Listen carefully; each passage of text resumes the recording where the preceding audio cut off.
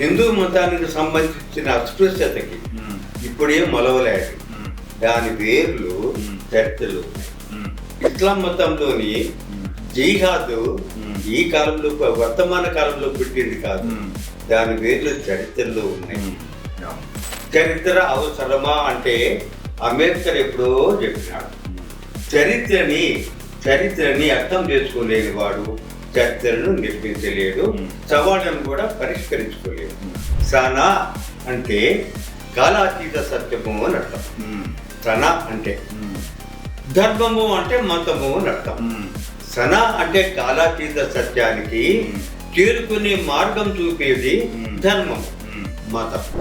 అంటే ఈ అర్థంలో తీసుకున్నప్పుడు హిందూ మతం కానీ, క్రైస్తవ మతం కానీ, ఇస్లాం కానీ, ఇంకా ఏ మతాలైనా సరే అన్నీ కూడాను సనాతన మతాలు కాకుండా పో. అంటే ఇస్లాం సనాతన ధర్మం ఇంకోటి ఉంటుందా? సనాతన ధర్మం ఉండదు. అదే చెప్పు, సన అన్నిటికీ సన వర్తిస్తుంది. ఈరోజు సనాతన ధర్మాన్ని, ఆ పదబంధాన్ని, ఆ భావజాలాన్ని హిందుత్వ నుంచి వేరు చేయాలని నేను అంటున్నాను. వేరు చేయడమే కాకుండా హిందూ మతంతో పాటు అన్ని మతాలకి సనాతన ధర్మంలో హక్కు ఉన్నది. హిందూ మతానికి మాత్రమే సనాతన ధర్మంలో పేటెంట్ హక్కులు లేవుగాక లేవు. ఈ రోజు ఈయన వేసుకున్న బట్టలు, ఈయన వాడే గ్లాసెస్, ఈయన కుర్చీ, ఈయన వాడే సెల్ ఫోను, ఈ వాతావరణం ఆధునిక వాతావరణము, సైన్స్ ఇచ్చినటువంటి వాతావరణము, సైన్స్ ఇచ్చిన భిక్ష, దాని మధ్యలో కూర్చొనేసి నేను సనాతనమైన భావాలు చెప్తానంటే ఏంటి అసలు? సనాతన అంటే కడపటి యుద్ధం ద్వారా మీరు ఏం ఆశించినారు? నేను ఎంత ఆధ్యాత్మికనో అంత దళిత బహుజనవాదిని, నేను ఎంత దళిత బహుజనవాదినో అంత ఆధ్యాత్మిక. బహుజనులకు సంబంధించి ఈ నవల ద్వారా, ఈ సృజన ద్వారా మీరు ఎలాంటి మార్పు కోరుకున్నారు, ఏం చెప్పాలనుకుంటున్నారు? ఈరోజు సంస్కరణ అని ప్రతి మతంలోనూ ఇట్లా దుష్ట చట్టాలు ఉన్నప్పుడు ప్రతి మతాన్ని కూడా సంస్కరించుకోవాలయ్యా. నవల చదివి రావాల్సిన విమర్శలు నవల చదవకుండానే కేవలము ఆ వెనుకమాట చదవడం వల్ల, ఆ వ్యాసం చదవడం వల్ల ఒక గందరగోళాన్ని సృష్టించే ఒక విమర్శల తతంగము మొదలయ్యింది. ఆ ట్యాగ్ దొరకడం వల్ల కుక్కతోక పట్టుకొని గోదావరి ఈదినట్టు ఆ వ్యాసాన్ని పట్టుకొని ఒక వర్గము, ఈ ఆది హిందువుని పట్టుకొని ఒక వర్గము, నవల ఏ మాత్రము చదువుకుండానే పుంఖాలుగా విమర్శలు పిలిచే పరిస్థితి ఏర్పడింది. ఈ ఆది హిందూ అనే ట్యాగ్ లైన్ అది ఎందుకు అభ్యంతరకరమో లేకపోతే వివాదాస్పదమో చర్చనీయాంశమో ఆ ట్యాగ్ లైన్ ఎందుకు అయింది? హిందువులు ఉన్నారు, హిందువులు లేకుండా ఎట్లా పోతారు? మా విజయనగర సామ్రాజ్యం ఏర్పడిండేది వాళ్ళ కోసం ఏర్పడే సామ్రాజ్యం. అయితే ఆది హిందూ అనే పదం గురించి మాట్లాడుతున్నాను. ఆది హిందూ అనే పదము అప్పటి కాలం మాట మాత్రం కాదు. అసలు ఆది హిందూ పదం అనేది చరిత్రలో లేదు. ఎంతవరకు లేదు? 1931లో ఆగిరెడ్డి వర్మ గారు నిజాం కొలువులో పనిచేసే క్రమంలో మా మాదిగలకు ఆయన పెట్టుకున్న పేరు వచ్చేసి ఆది హిందూ.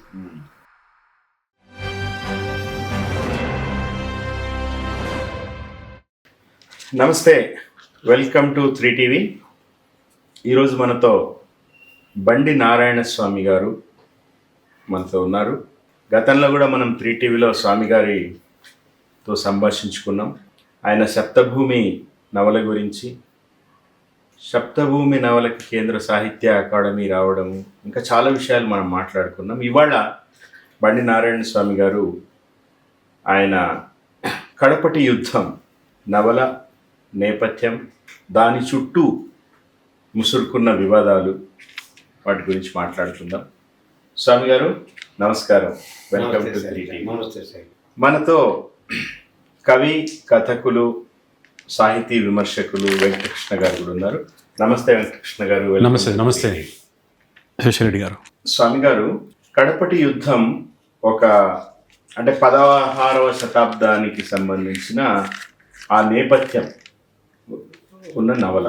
ముఖ్యంగా ఈరోజు సామాజిక మాధ్యమాల్లో ఆ కడపటి యుద్ధం చుట్టూ ముసురుకుంటున్న వివాదం, చర్చలు, యాక్చువల్గా మీరు ఒక 3 సంవత్సరాలు తీవ్రమైన కృషి సలిపి ఆ నవల తీసుకొచ్చారు.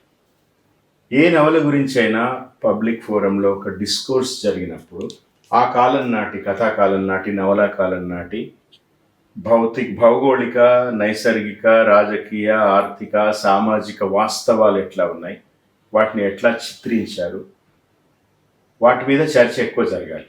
కానీ ఇప్పుడు సామాజిక మాధ్యమాల్లో ఎలాంటి చర్చ అయితే ఆ నవల కలిగించి ఉండాల్సిందో దానికంటే కూడా ఎక్కువగా వివాదమే ఎక్కువగా నడుస్తూ ఉన్నది. అంటే సంచలనాలకే ఎక్కువ ఆడియన్స్ ఉంటారంటారు కదా. మామూలు ఆడియన్స్ ఎట్లయినా పర్వాలేదు కానీ బట్ మేధావులు, ఆలోచన పరులు, బుద్ధిజీవులు వివాదానికి, చర్చకి వాళ్ళు కాంట్రిబ్యూట్ చేస్తున్న తీరు కొంత నన్ను ఆలోచనలో పడేసింది. నేను ఎక్కడ అన్ని పోస్టులు నేను చదివాను కానీ ఎక్కడ కూడా నేను వేటికి కామెంట్స్ పెట్టలేదు. బికాస్ నేనే దాన్ని అర్థం చేసుకోవడానికి ప్రయత్నిస్తున్నాను. ఈరోజు నేను మీ ఇద్దరిని కూర్చోబెట్టి మాట్లాడడానికి కారణము తెలుగు ప్రేక్షకులకు కూడా ఏం జరుగుతుందో చెప్పడానికి. నాకు అన్నీ తెలిసి నేను మిమ్మల్ని అడగడానికి ఈరోజు రాలేదు. నేను తెలుసుకునే క్రమంలో కడపటి యుద్ధాన్ని, దాని చుట్టూ ఉన్న వివాదాలని మరింతగా దాన్ని పాఠకులకి, చదువర్లకి, ఆలోచన పరులకి వాళ్ళ దృష్టికి తీసుకెళ్లడం కోసమే ఈరోజు ఈ ఇంటర్వ్యూ. వెంకటకృష్ణ గారు, మీరు కూడా కడపటి యుద్ధం మీద, కడపటి యుద్ధం చదివి, కడపటి యుద్ధాన్ని మీద మీరు కూడా వ్యాఖ్యానాలు చేసి విమర్శలు అంటే ప్రేక్షకులకు నేను ఒక క్లారిటీ ఇవ్వదలుచుకున్నా. మామూలుగా మనం రోజువారీ రాజకీయాల్లో చూస్తుంటాం, రాజకీయ నాయకుల విమర్శలు ఇవన్నీ చూస్తుంటాం. విమర్శ అంటే ఒక తిట్టు రూపంలో మాత్రమే మనందరికీ కూడా తెలుసు ఈరోజు. కానీ అది కాదు. విమర్శ అనేది క్రిటిక్. సో మంచి చెడుల యొక్క ఒక తులనాత్మక పరిశీలననే విమర్శ. సో కాబట్టి అట్లా వెంకటేష్ గారు మీరు కూడా దాని మీద విమర్శ పెట్టి ఉన్నారు. మీరు కూడా చాలా యాక్టివ్గా అందులో ఉన్నారు. సో కాబట్టి మనం ముగ్గురం కూడా ఒక సంభాషణ రూపంలో ఈరోజు కడపటి యుద్ధం యొక్క నేపథ్యం దాని గురించి మాట్లాడుకుందాం. మొట్టమొదటగా స్వామి గారు, మీరు ఆ సృజనకు సంబంధించి ఆ 3 సంవత్సరాలు మీరు పడ్డ శ్రమ, తర్వాత ఇప్పుడు దానికి వస్తున్న స్పందన, మీరు ఏదైతే ఒక ఉద్దేశంతో నవల రాయడం మొదలుపెట్టినారో అది నెరవేరింది అని అనుకుంటున్నారా? నెరవేరే ఆ పరిస్థితులు కనిపిస్తున్నాయా? ఏమంటారు మీరు? శైలు, దేనికంటే ముందు నేను ఒక మాట చెప్తాను. ఇంతకు ముందు మీరు ప్రస్తావించినది నవల మీద విమర్శలు ఏ పంథాలో వచ్చినాయి, ఏ పంథాలో వచ్చింటే బాగుండేది అని మీరు అనుకుంటున్నారు అని చూసాయిగా ఒక ప్రశ్న అడిగినారు. అది చాలా ఇంపార్టెంట్ ప్రశ్న. ముఖ్యంగా ఏమిటంటే విమర్శలు అనేటివి ఆ నవల చదివిన తర్వాత, ఆ కథల పుస్తకం చదివిన తర్వాతను, లేకపోతే ఆ పుస్తకం చదివిన తర్వాతను ఏర్పడేది విమర్శ అని మనమంతా అనుకుంటాం. కానీ ఇక్కడ ఒక విచిత్రమైన సందర్భాలు 2 జరిగినాయి ఈ కడపటి యుద్ధం మీద విమర్శలు రావడంలో. ఒకటి, నవల వెనుక భాగంలో వెనుక మాట ఒకటి రాసినాడు రచయిత. రైటర్స్ నోట్ అని ఒక రచయిత రాసుకున్నాడు. రైటర్స్ నోట్ చదివిన ఆ రైటర్స్ నోటు మాధ్యమాల్లోకి పంపడం వల్ల అనేక మంది సిద్ధాంతకర్తలు కానీ, మేధావులు కానీ ఆ వ్యాసంలో నేను ప్రొజెక్ట్ చేస్తున్న విషయాల వైపు, ఆ విషయాల గురించి మాట్లాడడానికే చాలా ఆసక్తి చూపినారు, చాలా ఉత్సాహపడినారు. దానితో నవల చదవడం అనేది బరకలు పడిపోయింది. నవల చదివి రావాల్సిన విమర్శలు నవల చదవకుండానే కేవలము ఆ వెనుక మాట చదవడం వల్ల, ఆ వ్యాసం చదవడం వల్ల ఒక గందరగోళాన్ని సృష్టించే ఒక విమర్శల తతంగము మొదలయ్యేది. అది నంబర్ 1 ఒక విషయం. అది అసలుకరమైన విషయమే. నవల కంటే ముందు వ్యాసం గురించే మాట్లాడటం. రెండవది ఏమిటంటే ఆ నవలకి పెట్టిన పేరు ఒక ట్యాగ్. ఆ పేరుకి ఇచ్చిన ట్యాగ్ ఏమని? ఆది హిందూ చరిత్ర అని. ఆది హిందూ. అవును. ఆది హిందూ అని ఇచ్చిన ట్యాగ్ అనేది ఆ పైన ఉంటుంది టైటిల్ మీద. అది ఆది ఒకసారి హిందూ కెమెరాకి చూపించు. చారిత్రక నవల అని అంటారు. ఆది ఇదే హిందూ సమస్య. చారిత్రక నవల అని ఆది హిందూ పెట్టడంలో ఇంక నవల చదివే అవసరం లేదు. అదే వాళ్ళకి ఆయుధం అక్కడ మేధావులకు అక్కడ ఆయుధం దొరికేసింది. మేధావులకో లేకపోతే ఇతర వర్గాలకో ఆ ట్యాగ్ దొరకడం వల్ల కుక్కతోక పట్టుకొని గోదావరి ఈదినట్టు ఆ వ్యాసాన్ని పట్టుకొని ఒక వర్గము, ఈ ఆది హిందువుని పట్టుకొని ఒక వర్గము నవల ఏ మాత్రము చదువుకుండానే పుంఖాలుగా విమర్శలు గుప్పించే పరిస్థితి ఏర్పడింది. దీన్ని నేను ఏమనుకుంటానంటే వీటి గురించి మాట్లాడకూడదని కాదు, ఇవి ఎప్పుడైతే మాట్లాడాలని అనిపించిందో వెంటనే ఆ పుస్తకం చదివి ఈ ట్యాగ్ గురించి కానీ ఆ వ్యాసం గురించి కానీ ఈ నవలలో ఏ మేరకు విషయాలు ఉన్నాయి, ఏ మేరకు విశ్లేషణ ఉంది అని నవల ద్వారా మాట్లాడాల్సిన విషయాలని నవల చదవకుండానే వాళ్ళు ఒక ఒక ఒక అభిప్రాయానికి వచ్చేసి, ఒక స్థిర అభిప్రాయానికి వచ్చేసి ఆది హిందూ చారిత్రక నవల ఈ సో అనేది ఒక అది అది వినడానికి ఇష్టం లేని వర్గాల వాళ్ళు దాని మీద దాడి చేయడం, ఇదే నవల మీద పడింది ఈ ఇంపాక్ట్. నవల చదివి మాట్లాడినట్లుగా ఉంటారు.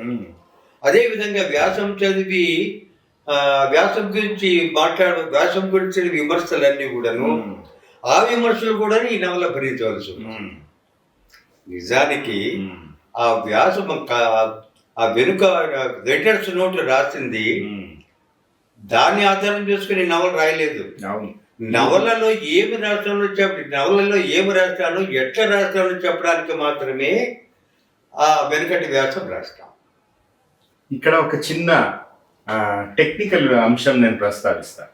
ఈ కడపటి యుద్ధము అజు పబ్లికేషన్స్ వాళ్ళు వేశారు కదా, శ్వేత వాళ్ళు. ఇంకొక మిత్రుని పుస్తకం ఇప్పుడు వేస్తున్నారు వాళ్ళు. శ్వేత గారి కాన్సెప్ట్ అంటే ఆ పుస్తకంలో కూడా ఇంకా అది పబ్లికేషన్ ఉంది కాబట్టి అది ఆ వివరాలలోకి నేను పోను, కానీ దాంట్లో చాలా మంది వాళ్ళ అభిప్రాయాలు వ్యక్తం చేస్తూ ముందు అట్లాంటి చాలా రాశారు.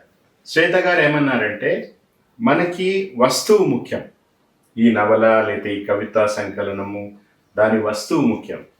సో మిత్రులు రాసే అభిప్రాయాలు ముందు మాటలు ఇవన్నీ కూడా మనం యాక్చువల్లీ చివరిలో వేద్దామన్నారు ఆవిడ.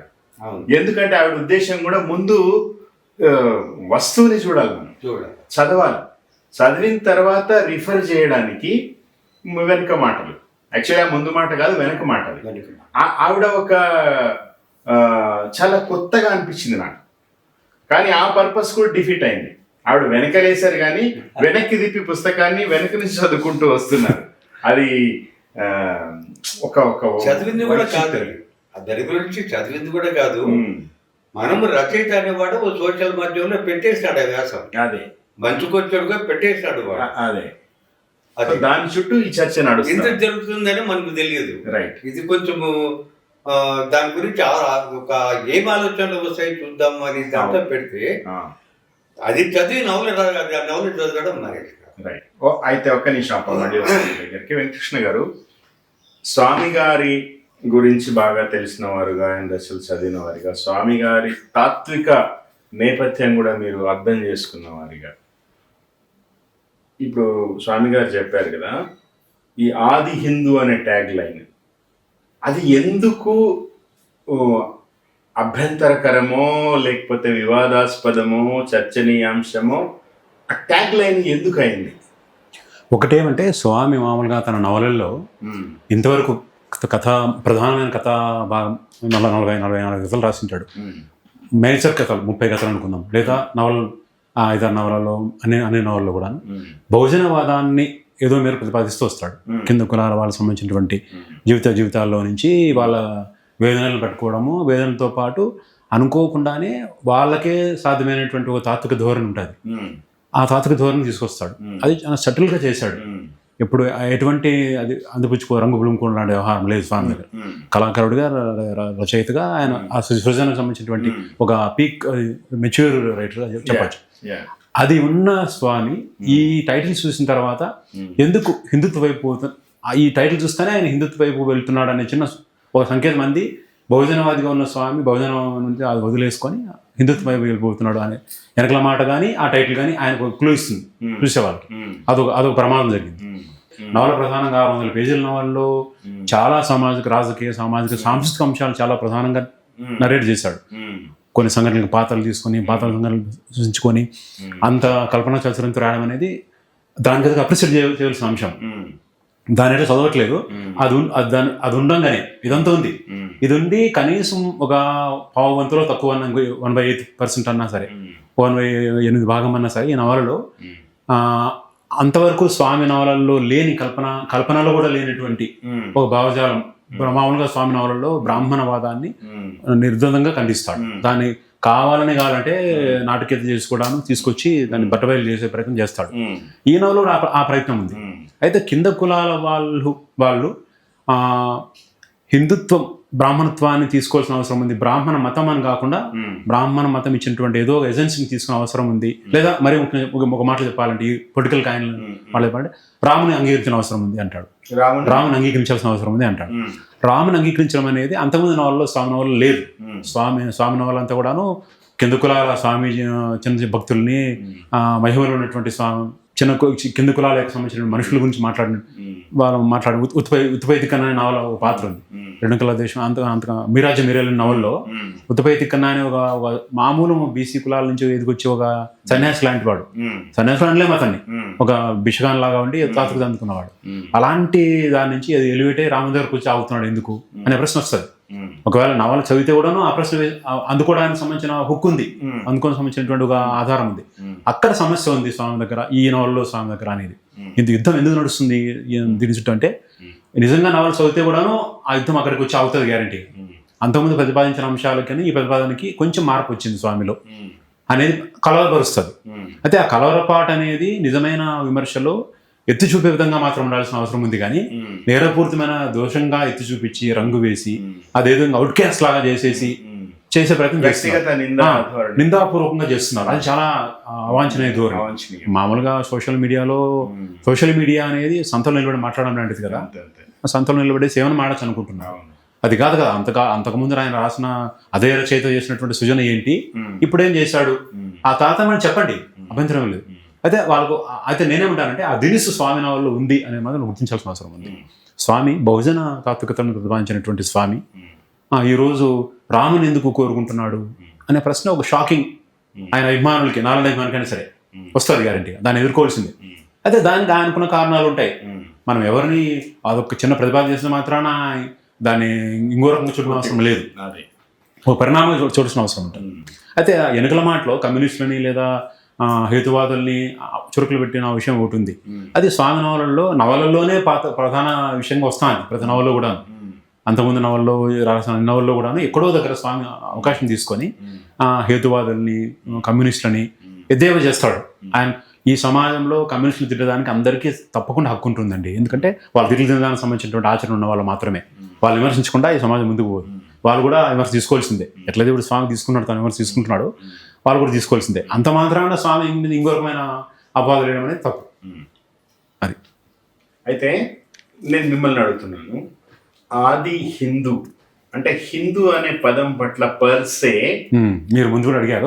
ప్రశ్న ఏమంటే ఆది హిందూ అనే పదము ఏమైతుందంటే శివశైల రెడ్డి గారు కొన్ని విషయాలు వర్తమానంలో జరుగుతున్న రాజకీయ పరిభాష కానీ డిస్కోర్స్ కానీ వెనక్కి వెళ్ళి మళ్ళీ వెనకలేసి తీసుకోవడం అనేది జరుగుతుంది. ఇప్పుడు ఆది హిందూ అనే పదం అనేది మామూలుగా బ్రిటిష్ వచ్చిన తర్వాత బ్రిటిష్ వాళ్ళు చేసిన సెన్సస్ లో భాగంగా 1911లోను ఆ ప్రాంతంలోను ఒక సెన్సస్ చేస్తే ఈ దేశంలో ఒక 70-80 కులాల పేర్లు వచ్చాయంట. హిందువులే రాసుకున్న పేరు మతం గురించి. వాళ్ళకి మా మతం హిందూ అని తెలియదు నిజానికి. ఆ బ్రిటిష్ పీరియడ్ లో కూడా చాలా మంది రకరకాల పేర్లు రాసుకున్నారు. అప్పుడు చాలా మంది హిందూ పదం కూడా వచ్చింది. అప్పటి నుంచి మాత్రమే హిందూ ఉందామని చెప్పేసి ఒక ప్రయత్నం జరిగింది. సో లేటెస్ట్ కాన్సెప్ట్ కదా హిందూ పదం అనేది. ఎట్లా చరిత్రలో తీసుకు ఆపాదిస్తాడు హిందూ మతం అక్కడ 16వ శతాబ్దంలో ఉన్నట్లు ఎట్లా అవుతుంది అనే ప్రశ్న ఒకటి వస్తుంది. అంటే సాహిత్య రచన అనేది చరిత్ర రచనగా మారినప్పుడు వర్తమానంలో ఉండే పదబంధాలని, వర్తమానంలో ఉండే ఒక జానర్ని లేదా ఒక పరిభాషని చరిత్రలో పెట్టడం అనేది జరుగుతుంది. అది మరి ఎందుకు జరిగిందో స్వామి చెప్పాలి దానికి. నిజానికి ఆది హిందూ అనే పదం 16వ శతాబ్దంలో లేదు, హిందూ పదమే లేదు. హిందూ ధర్మ హిందూ ధర్మం హిందువులు 16వ శతాబ్దంలో ఉన్నారా? హిందువులు ఉన్నారు. హిందువులు లేకుండా ఎట్లా పోతారు? మా విజయనగర సామ్రాజ్యం ఏర్పడిండేది వాళ్ళ కోసం ఏర్పడే సామ్రాజ్యం. ఎక్కడో విజయారణ్య వాళ్ళు రాసిన ఎక్కడో పదం కూడా వస్తుంది, సుత్రా అనే పదం వస్తుంది ఉంది. అయితే ఆది హిందూ అనే పదం గురించి మాట్లాడుతున్నాను.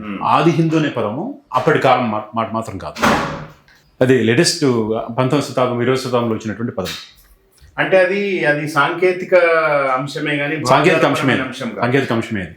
అయితే ఒకటేమంటే విమర్శకులు మర్చిపోతున్న అంశం ఏమిటంటే, ఈ దేశంలో మాలమాదిగలు క్రిస్టియానిటీ రాని రోజుల్లో హిందూ మతంతోనే ఉన్నారు. శ్రీ వైష్ణవం వాళ్ళని ఆదరించింది, వాళ్ళకు ఎలివేషన్ ఇచ్చింది, చాలా ఆదరణ కల్పించింది. రామానుజాచార్యులు వాళ్ళ కోసం ప్రత్యేకంగా వాళ్ళ కోసమే యుద్ధం నేర్పించాడు, వాళ్ళ కోసమే ఒక యంత్రాంగం ఏర్పాటు చేసి, వాళ్ళు ఒక దాసరిని ఏర్పాటు చేసి, విద్యావంతుని చేసి, హిందూ మత ప్రచారకులుగా తయారు చేసి దానికి ఒక ప్రయత్నం చేశాడు. అదంతా వచ్చింది. సినిమాలో కూడా అంతకన్నా శ్రీకృష్ణదేవరాయలు ఆముక్త మాలవేలు ఎవరి పాత్ర, నిజానికి ఎవరిది పాత్ర? అది ఎవరి నుంచి మాలదాసులు కదా జరిగేది, పాత్రే వస్తుంది అందులో.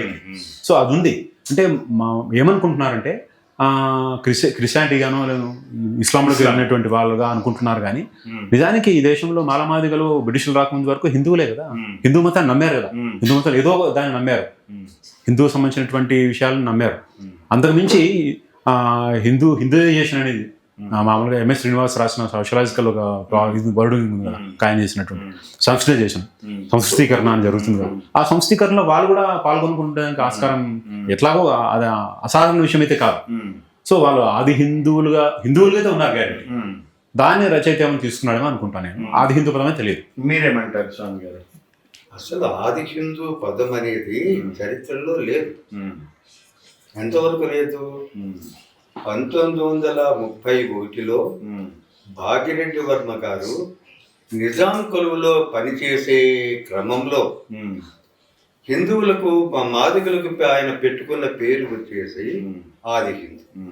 1931లో నిజాం గారు జనాభా లెక్కలు తీసినప్పుడు ఆది హిందూ అనే పేరు రికార్డ్ అయింది. 1911లో సెన్సస్ చేసినప్పుడు అప్పుడు కూడా అదొక పదం వచ్చింది. 1931కి ముందు కూడాను ఉత్తర దేశంలో ఆది హిందూ అనే పదం వాడినట్లు మనకు విషయాలు తెలుస్తూ. ఈరోజు మూలవాసి పదం అని చెప్పేసి వాడుతున్నారు కదా, ఆ మూలవాసి పదాన్ని హరప్ప నాగరికత వెళ్ళేకి వచ్చిన తర్వాత, అంటే అరుల కన్నా ముందు హరప్ప అనే ప్రజలు ఉన్నారని చెప్పేసి, ఒక సంస్కృతి ఉందని చెప్పేసి, ఆ తర్వాత వచ్చిన వాళ్ళది వద్దు మనకి ఈ వాళ్ళది అందుకుందామని ఉద్దేశంతో మూలవాసిని ఆయన జరిగింది. కానీ నిజానికి హరప్పన్ సివిలైజేషన్ ఎలివేట్ కాని రోజుల్లో ఈ దేశంలో ఆది హిందూ అనే పదము మాలమాదిగలు తీసుకున్నారు. తమిళనాడు నుంచి నార్త్ ఇండియా వరకు కూడా ఆ పదాన్ని తాము ఐడెంటిఫై చేసుకోవడానికి, మేము కూడా మీతో సమానం ఉన్నవాళ్ళమే అని చెప్పుకోవడానికి ఒక ఐడెంటిటీ, ఒక ఆత్మగౌరవ సంబంధించిన విషయంగా తీసుకున్నారు. కృష్ణ గారు, ఇప్పుడు ఇది ఒక ఆది హిందూ అనే పదం చుట్టూ ఈ చర్చ నడుస్తా ఉన్నది కదా, అది కేవలం సాంకేతిక అంశమే తప్ప అంశమే కాకుండా నేను ఇంకొకటి చెప్తా. దీంట్లో ఉన్న తమాషా ఏమిటంటే, ఆది హిందూ పదం అనేది ట్యాగ్ ఒక చరిత్ర, ఒక 16వ శతాబ్దం నాటి చరిత్రని వర్తమానంలోకి లింకప్ చేసే క్రమంలో ఆది హిందూ అనే పేరు పెట్టడం జరిగింది. కానీ you could not find that Adi Hindu word in the novel. సమస్య అదే. వర్తమాన పరిభాషని చరిత్ర నవలో తీసుకురావడం అనేది కరెక్టేనా? ఒకవేళ తీసుకుంటే తెలుగు ప్రోగ్రెసివ్ కోట్ అన్ కోట్ ప్రోగ్రెసివ్ అనే పదానికి ఇన్వర్టెడ్ కామర్స్ పెట్టుకుని ప్రోగ్రెసివ్ సెక్షన్ ఎవరు అనేది ఎవరైనా నిర్ణయించుకోవచ్చు. ప్రోగ్రెసివ్ సెక్షన్ ఏం ఆలోచిస్తుందంటే, ఒక చరిత్రని ఇప్పుడు రీటోల్డ్ చేస్తే అది ఏదో మేరకు ప్రజలకు ఉపయోగపడేదిగా ఉండాలా, సమాజం ముందుకు పోయేదానికి ఉపయోగపడేదిగా ఉండాలా. జనరల్గా ప్రోగ్రెసివ్ అంటే తెలుగు సమాజం, కానీ జనరల్గా తెలుగు సమాజం అంటే అది కమ్యూనిస్టు హేతువాదం సంబంధించినటువంటి ఒక దీంతో బయటకు వచ్చినటువంటి సమాజంగా ఆ భావధార లోపల ఉన్నటువంటి, ఆ పరిధిలోపల ఉన్నటువంటి ఆలోచన పరుల యొక్క ఒక కొడిగా ఒక విశ్వాసంగా ఉంది. అందువల్ల ఏమంటారు, చరిత్ర ఏదైనా రాస్తే, రీటోల్డ్ చేస్తే, ఒక చరిత్ర కథ చెప్తే అది ప్రజల్ని హేతుబద్ధత వైపు తీసుకుపోయేదిగా, ప్రజల్ని ఏదో మేరకు వెలుగు వైపు తీసుకుపోయేదిగా అనే ఒక చిన్న ప్రశ్న, అనే ఒక చిన్న కండిషన్ ఉంటుంది. అయితే ఈ నవల్లో స్వామి వాళ్ళది నేను విన్నది, నా మీకు చాలా మంది రైటర్లు ఉన్నారు, చాలా మంది మాట్లాడుకుంటున్నారు. ఏమంటారంటే స్వామి చరిత్రను రీరోల్ చేస్తున్నాడు. ఒకవేళ 16వ శతాబ్దం కాలం కథకి 14 నుంచి 16వ శతాబ్దం మధ్యలో జరిగిన కథా కాలానికి ఈ కాలంలో జరుగుతున్నటువంటి రాజకీయ పరిభాషని అంటుకడుతున్నాడు. అంటుకట్టే క్రమంలో అది అంటుకట్టిన ఆ ఫలితం ఈ సమాజంలో ఉండే తిరోగమవాద శక్తులకు ఉపయోగపడే విధంగా ఉంది. పురోభివృద్ధి శక్తులకు కాకుండా తిరోగమనవాదులకు ఉపయోగపడే విధంగా ఉంది. అది వాళ్ళు అనుకుంటారు దాన్ని. స్వామికి ఈ రోజు మాలమాదిగల్ని రామదేవ విశ్వాసం ఏమొచ్చింది, అది మనకు ఉపయోగపడుతుందా అని ఒక ప్రశ్న వేస్తారు. అక్కడ ఉందన్నమాట ప్రశ్న. దాంతో పాటు రాముని ఎన్నుకోవడం అనేది ఈ రోజు రామాలయం అనేది కట్టి, రామాలయం మన వీధుల్లోకి మన ఇంట్లోకి వచ్చేసి విధ్వంసం చేస్తున్న రోజుల్లో, విద్వేషాన్ని పెంచుతున్న రోజుల్లో ఎందుకు స్వామిని తలకెత్తుకోవాలనే ప్రశ్న ఒకటి వస్తుంది. అది దానికి సమాధానం చెప్పాల్సిన అవసరం లేదు. దీనికి ఎక్స్టెన్షన్ దాని ఎక్స్టెన్షనే నేను ఒకటి రెండు నా డౌట్లు బాగుంటుంది. ఎందుకంటే మళ్ళీ మర్చిపోతారేమో అని భయం. చెప్పండి. వర్తమాన కాలంలో ఉండే చాలా చాలా సవాళ్లకు, వర్తమాన కాలంలో ఉండే చాలా చాలా సమస్యలకు వేర్లు చరిత్రలో ఉన్నాయి. ఇది నిర్వివాదమైన అంశం. ఇప్పుడు వరకట్నం కానీ కొత్తగా వచ్చింది, ఏమి ఇప్పుడు లేదనుకో, పోయిందనుకో, బాల్య వివాహాలు కానీ, తర్వాత ఈ ఇంకా ఏమైనా సరే ఇవన్నీ కూడాను సోషల్ ఈవిల్స్ అన్నిటికీ కూడాను. సరిగ్గా ఇంకా చెప్పాలంటే హిందూ మతానికి సంబంధించిన అస్పృశ్యతకి ఇప్పుడే మొలవలేదు. దాని వేర్లు చరిత్రలో ఉన్నాయి. ఇస్లాం మతంలోని జిహాద్ ఈ కాలంలో, వర్తమాన కాలంలో పుట్టింది కాదు. దాని వేర్లు చరిత్రలో ఉన్నాయి. ఇస్లాం మతంలోని ప్రపంచ ఇస్లాం అనే ఆశయానికి వేర్లు ఇప్పుడు కాదు వచ్చింది, చరిత్రలోనే ఉన్నాయి. అంటే ఇప్పుడు మనం వర్తమానంలో మనం ఎదుర్కొంటున్న జిహాద్ కానీ, అస్పృశ్యత కానీ, ఈ సామాజిక సవాళ్ళకన్నిటికీ కూడాను వేర్లు చరిత్రలో ఉంటాయి. ఆ చరిత్రలో ఉన్న వేర్లన్నీ దాచిపెట్టుకుని లోపలే అంత బాగుంది. ఎవరి థింకింగ్ ఆల్ రైట్ అంటారా, ఏమంటే ఆల్ ఇస్ వెల్ అన్నట్లు పోతే గనక ఆ సమస్యలకు ఎప్పటికీ తీరవు. ఆ వేర్లు దాచుకోకుండా మన మూలాలని, మన వేర్లని, హిందువు అయితే వాడి అస్పృశ్యత మూలాలను చూసుకోవాలా, వాడు ముస్లిం అయితే కనుక వాడికి వచ్చిన ఈవిల్స్, ఆ జిహాదు, ఆ ప్రపంచ ఇస్లాము, వాటిని చూసుకోవాలా. అవి చూసుకున్నప్పుడే మనం అండర్స్టాండ్ చేసుకోగలం సవాళ్ళని. వర్తమానంలో ఊరిక పైన మందులు కొడితే ఆ పురుగులు పోవి. వేరులో ఉంది పురుగు. ఆ వేర్లు ఎక్కడ ఉన్నాయంటే చరిత్రలో ఉన్నాయి. కాబట్టి చరిత్రను అర్థం చేసుకోని వాడు చరిత్రను నిర్మించలేడు. చరిత్ర అవసరమా అంటే అంబేద్కర్ ఎప్పుడో చెప్పినాడు. చరిత్రని అర్థం చేసుకోలేని వాడు చరిత్రను నిర్మించలేడు, సవాళ్ళను కూడా పరిష్కరించుకోలేడు. అట్లా అని చరిత్రలో లేని పదాన్ని తీసుకొచ్చి జిహాద్ అనే పదం భారతీయ చరిత్రలో ఆపరేట్ కాలేదండి. జిహాద్ అనే పదంగా ఒక సాంకేతిక పదం తీసుకుంటే, ఒక మత యుద్ధంగా తీసుకుంటే, అలాంటి తరహా అదే దాని లక్షణాలతో, అదే దాని మొడాలిటీస్తో దాని కండిషన్స్ ఉంటాయి కదా, జిహాద్ అనే పదానికి కండిషన్స్, ఆ కండిషన్స్ అప్లై చేస్తూ భారతదేశంలో మధ్యయుగాల్లో ముస్లిమ్స్ వచ్చిన తర్వాత అన్ని రాజ్యాలు చేసిన యుద్ధాల్లో, ముస్లిం రాజ్యాలు చేసిన యుద్ధాల్లో హిందువులతో ఎక్కడ అది ఆపరేట్ కాలేదు. జిహాద్ అనే పదం ఎక్కడ జరగలేదు. భావజాలం ఉంటే ఉండొచ్చు. భావజాలం ఏమవుతుందంటే శ్రీశైల్ రెడ్డి, అంటే నేను స్వామిని కంట్రీ చేసే విషయంగా కాదు, జనరలైజేషన్ స్వామి గారిని పోవడం జనరలైజేషన్ మాడుతున్నాను. అలీరామరాయ యుద్ధంలో జరిగిన సన్నివేశంలో భాగంగా అక్కడ ముస్లిం సైన్యాలు, ఇక్కడ ముస్లిం సైన్యాలు ప్రపంచ ఇస్లాం అనే కారణంగా కలిసిపోవడానికి జిహాద్ అనే పదం ఉపయోగపడింది. కలిశారు వాళ్ళు అని చెప్పేసి ముల్లాతో చెప్పిస్తాడు. ముల్లా ఇన్సిగేట్ చేస్తే జరిగిందని ఒక చిన్న సూత్రీకరణ జరిగింది. అది జరగలేదు. జిహాద్ అనే యుద్ధం చెప్పలేదు మీరు, బట్ జిహాద్ తరహా అంశం ఒకటి ప్రలోభానికి కారణం, అదొక పని చేసిండొచ్చు అని. మతం పని చేసింది అంటే టెక్నికల్ జిహాద్ అంటే అర్థం మత యుద్ధం, ఒక మతం లక్ష్యంగా మన మతం ప్రమాదంలో పడిందనో, మన మతానికి ఏదో ఘోరమైన అపవాదం జరుగుతుందనో మనమంతా ఏకమేసి అతలను మనం ధరించిన అవసరం ఉంది. అది ఆ తరహా జరగలేదు. స్వామి చాలా సార్లు మాటల్లో కానీ తన ఇచ్చే సమాధానాల్లో కానీ ఆ పదం జిహాద్ అనేది చరిత్రలో తీసుకున్న పదం, దాన్ని మర్చిపోతున్నారు. అది మనం దాన్ని చెప్పాల్సిన అవసరం ఉంది. అంటే దాని లక్షణాలు ఇండియన్ సొసైటీలో ఉన్నాయని చెప్పడానికి, నిజానికి లేవు కదా. ఇప్పుడు హరే రామరాయలే కాదు, శివాజీ సైన్యంలో కూడా ముస్లిమ్స్ ఉన్నారు. ఆ పక్కన ఔరంగజేబు కొట్లాడినాడు. ఆ పక్కన ఔరంగజేబు సైన్యాలని కూడాను రాజపుత్ర సైన్యాలు. రాజపుత్ర సైన్యాలు ప్రధాన సైనికులు హిందూ సైన్యాల ఆధ్వర్యంలో వచ్చి శివాజీని బంధిస్తారు. సో ఈ దేశంలో జిహాద్ అనే పదబంధము యాజ్ ఇట్ ఈస్ గా దాని కోట్ అండ్ కోట్ లో దాని మొడాలిటీస్ జరగలేదు, జరగడానికి ఆస్కారమే లేదు. అయ్యా నేను నాకు ఒక నిమిషం సమయం ఇవ్వాలి మీరు ఇద్దరు కూడా. ఇప్పుడు ఎట్లా అయితే ఆది హిందూ అనే ఒక పదబంధం చుట్టూ, టెక్నికల్ పదబంధం చుట్టూ తిరుగుతున్నదో జిహాద్ ఒక విషయం అంటే ఆ భావజాలాలు ఎంత బలంగా ఉన్నాయి, ఎంత వేళ్లల్లో ఉన్నాయి అనే చర్చ పక్కన పోయి ఈ సాంకేతిక అంశాల చుట్టూ తిరుగుతుంది అనేది ఒక అబ్జర్వేషన్. రెండోది నేను ఇంకోటి కూడా చెప్తా. దళిత అనే పదము అంబేద్కర్ కు తెలియదు, ఆయన ఉన్నప్పుడు పుట్టిన పదం కాదు. ఈ రోజు కూడా దళిత సాహిత్యంలో, దళిత డిస్కోర్స్లలో శ్రీరాముడు శంభూకుడు దగ్గర నుంచి మొదలుపెట్టి సో దళితులు ఎట్లా దళితులుగా ఉన్నారు అనేది మనం చాలా చూస్తాం, మాట్లాడుతూ ఉన్నారు. అంటే ఇప్పుడు దళిత అనే పదం శ్రీరాముడి కాలంలో లేదు కదా, అనలేం కదా, భావజాలం ఉంది కదా. ఈ భావజాలాన్ని అక్కడ తీసుకు పెడుతున్నాం కదా.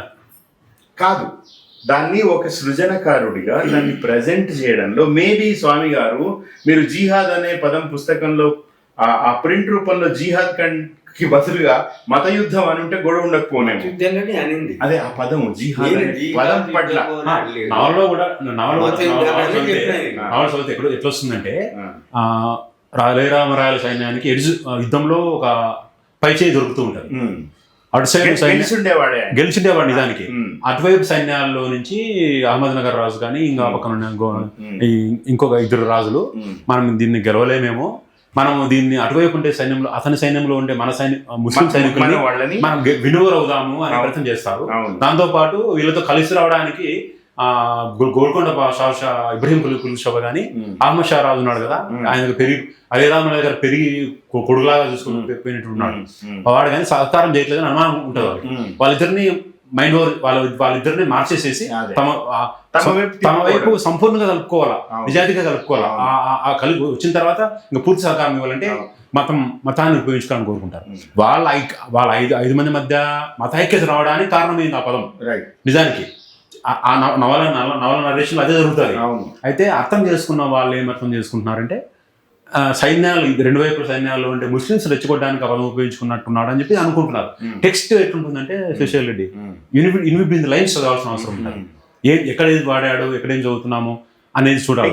అక్కడ తీసుకొచ్చి ఇక్కడ పెట్టకూడదు.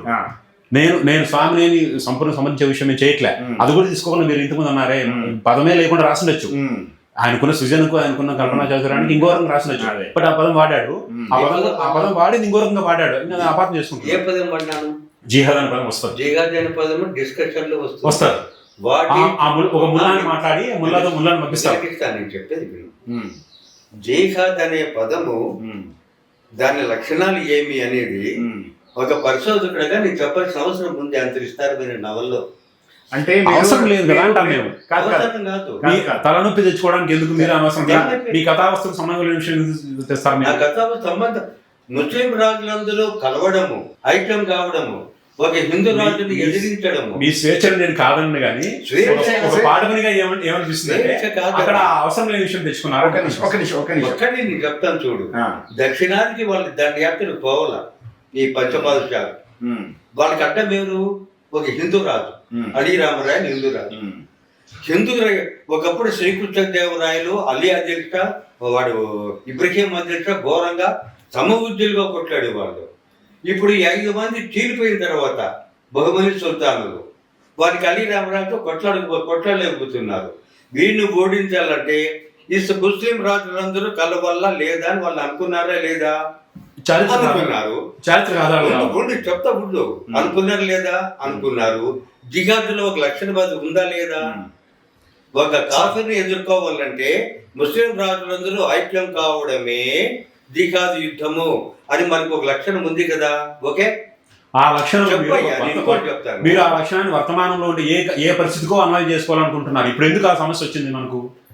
ఉంది అనుకున్నాం. ఇప్పుడు ఏమో సమస్య, అవసరం ఏమొచ్చింది? కాశ్మీర్లో జిహాద్ అని అడుగులు వినిపిస్తాయి. నిజమే, తెలుసుకోవాలా? కాదయ్యా, నీ దేశంలో జిహాద్ ఈడ హైదరాబాద్ లో బాంబు బ్లాస్టింగ్లు, ఈ తీవ్రవాదము, జిహాద్ అని మసీదుల్లో అరుచుకుంటూ పోతా ఉంటే జిహాద్ లక్షణాలు ఇప్పుడు వెంకటకృష్ణ గారు ఆయన ఒక చారిత్రక వాస్తవాన్ని ప్రజెంట్ చేసే క్రమంలో నేనేమనుకుంటున్నా అంటే స్వామి గారు, టెక్నికల్ గా మీరు కూడా ఒక చిన్న పొరపాటు చేశారని నేను అనుకుంటున్నాను. ఎట్లా అంటే మీరు ఆ సంభాషణల్లో భాగంగా జిహాద్ అనే పదం వాడడం కంటే రంగనాయకమ్మ గారి లాగా ఫుట్ నోట్ లో మీరు రాసినట్టుగా రాసి ఉండవలసింది. అప్పుడు విమర్శలకు సమస్య ఉండకపోయింది. విమర్శలకు ఎప్పుడు భయపడను, అందుకోసం అట్లా కాదు. ఏమవుతుందంటే చర్చ అనవసరంగా ఈ ప్రజాస్వామ్య యుగంలో ఇంత స్వేచ్ఛలో ఇంకా ఎక్కడ కూడా పుట్టుడు చూడండి, ఎక్కడో దాక్కోవాల్సిన అవసరం ఉందా? ఇదే ప్రజాస్వామ్యంలో ప్రజల యొక్క సామరస్యాన్ని కోరుకునే విలువ ఉండదా? సామరస్యం ఇప్పుడు ఏ మల్లకల్లో కూర్చొంది నాకు చెప్పాయా? అంటే ఈ అల్లకల్లోలం రావడానికి సంబంధించిన వాతావరణం లేదంట. లేదు, అది మీ మేధావుల యొక్క భయాలు, ఫోబియా మీకు. అంటే ఆర్ఎస్ఎస్ చేస్తున్నటువంటి పనులు కానీ, సంఘ శక్తులు చేస్తున్న పనులు కానీ ఏమి ద్వేషాలు ఏం పెరగట్లేదంటారా? దానివల్ల పెరుగుతాయి, నవల వాళ్ళ పెరుగుతుంది. అంటే ఆ పరిస్థితులకు ఇదేమైనా ఆ పరిస్థితులు ఉన్నందువల్ల వర్తమానంలో మీ నవల దానికి ఏం దోహదం చేస్తుందో అనుమానం పడుతున్నారు విమర్శకులు. అంతే, అదే మీ ఇష్టం. అది దోహదపడుతుందంటే మీ ఇష్టం. నాకు ఆర్ఎస్ఎస్ కి ఆయుధ ఇవ్వాలని నేను కోరుకోలేదు. ఆ నవల్లో మీరు చాలా క్లియర్ గా మీరు వ్యతిరేకిస్తారు. మనధర్మ శాస్త్రాన్ని కాల్చమంటాడు, బ్రాహ్మణత్వాన్ని వ్యతిరేకిస్తారు, అదంతా ఉంది. అది ఉంటేనే ఇది ఉంది, అది సమస్య వచ్చింది. ఏమవుతుంది విమర్శకులు చూస్తారా కానీ దాన్ని చూడరు. ఒక పాఠకునిగా నా ప్రాబ్లం ఏంటంటే దీన్ని చూసి దాన్ని ఎందుకు చూడరు? అదే నా అదే నేనైతే అభ్యంతరం పెట్టాను. నేను రాసిన అన్ని చూడాలి కదా. మనం అనుకుంటున్న ప్రోగ్రెసివ్ సెక్షన్స్, హేతువాదులు, వాళ్ళు చాలా నిర్మోహంగా వాస్తవాన్ని వాస్తవంగా కదా చూడాలి. ఏది కన్వీనియంటో అది మాట్లాడడం కాదు కదా. అది చూస్తున్నా క్యారీ ఫార్వర్డ్ అవుతారు. అసలు మీ మేధావులకి ఈ దేశాన్నంతా, ఈ దేశంలో అల్లకల్లోలు రాకోకుండా ఈ దేశాన్ని శాంతి భద్రతతో కాపాడే ఒక హక్కు మీకు మాత్రమే ఎందుకు తగలపడిందో నాకు అర్థం కాదు. అందులో కమ్యూనిస్టులకి ఆ బాధ్యత ఎక్కువ ఉంటారు. మీరు ఇట్లా వ్యంగ్యం చేయకూడదు. మీరు చెప్తున్నా, మాకెందుకుంటుంది? మీ పౌరులు కదా. అంటే విజయవాదులే పౌరులా, కమ్యూనిస్టులే పౌరులా? మీరు పౌరులే. మీరు కాదు, కమ్యూనిస్టు కాదు, దేశంలో సిటిజనా కాదు, అది చెప్పు నాకు. అదైనప్పుడు ఈ బాధ్యత ఏంటి? మీ పౌరుడుగా మీకు ఉండాల్సిన బాధ్యత ఏంటి? చెప్పండి. అది చెప్పిన ఒక సృజనకారుడిగా అంటే నేనేమంటానంటే, ఇప్పుడు ఎన్నికలు చూస్తున్నాను అనుకోకండి, కానీ మీరు ఇంత సమర్థన చేస్తున్నందుకు ఏమనిపిస్తుంది అంటే, మీరు నవల ఎందుకోసం రాశారు, ఇందుకోసం రాశారా ఏమంటారు? సమర్థాన్ని కాదు, నీకు జవాబు చెప్తూ ఉన్నా. అది తప్పైతే నేను కూడా తప్పని ఒప్పుకోవడానికి నేను ఎప్పుడు సిద్ధంగా. అయితే సార్ సమర్థన పదం పెట్టదు. ఓకే స్వామి గారు, ఒక్క నిమిషం. మీరు ఇందాక మాట్లాడిన దాంట్లో వెంకృష్ణ గారు, అంటే చాలా సోషల్ మీడియాలో రాస్తున్న కామెంట్స్ లో సారాంశం కూడా ఏంటంటే, దాంతో పాటు స్వామి రాసిన వ్యాసం ఒకటి ఆంధ్రజ్యోతిలో వచ్చింది, చూసాను. అది కూడా సమస్య చూసాను. అయితే ఏంటంటే, ఒక్క నిమిషం, నా ప్రశ్న మీ ఇద్దరికి కూడా. ఇప్పుడు రాముడి అంశం తీసుకుందాం. ఇప్పుడు మీరే చెప్తున్నారు, ఈరోజు ఆర్ఎస్ఎస్ భావజాలము ఎంతగా ప్రజల్ని ప్రభావితం చేస్తుంది, భారతదేశం ఎంత ప్రమాదంలో ఉన్నది. అదే కదా మీరు కానీ ప్రోగ్రెసివ్ సెక్షన్స్ మాట్లాడుతున్న మీ కన్సర్న్ అంతా కూడా ఈరోజు ఒక తీవ్ర మతపరమైన ఒత్తిడులు భారతదేశం ఉంది, దీన్ని రక్షించుకోవాలనే కదా మీ జెన్యూన్ కృషి కూడా. అదే కదా, ఏ చెడుకు దోహదం చేయవలసిన కదండి. ఆ చెడు దోహదం చేయడం అది స్వామి గారి విషయం కాదు నేను మాట్లాడుతున్నది. ఇప్పుడు ఏంటంటే, ఈరోజు కేశవరెడ్డి గారు చెప్పినట్టుగా రాముడు ఉన్నాడు, రాజ్యం ఉంటుంది. ఈరోజు రాముడు ఈరోజు భారతదేశ పరిపాలకుడు. రాముడి రాజ్యం భావజాలం, రాముడి రాజ్యం ఉన్నదా లేదా, ఈరోజు నడుస్తున్నదా లేదా? అలాంటప్పుడు రాముడి ప్రస్తావన, రాముడి యొక్క రిలవెన్స్, ఆయనేమి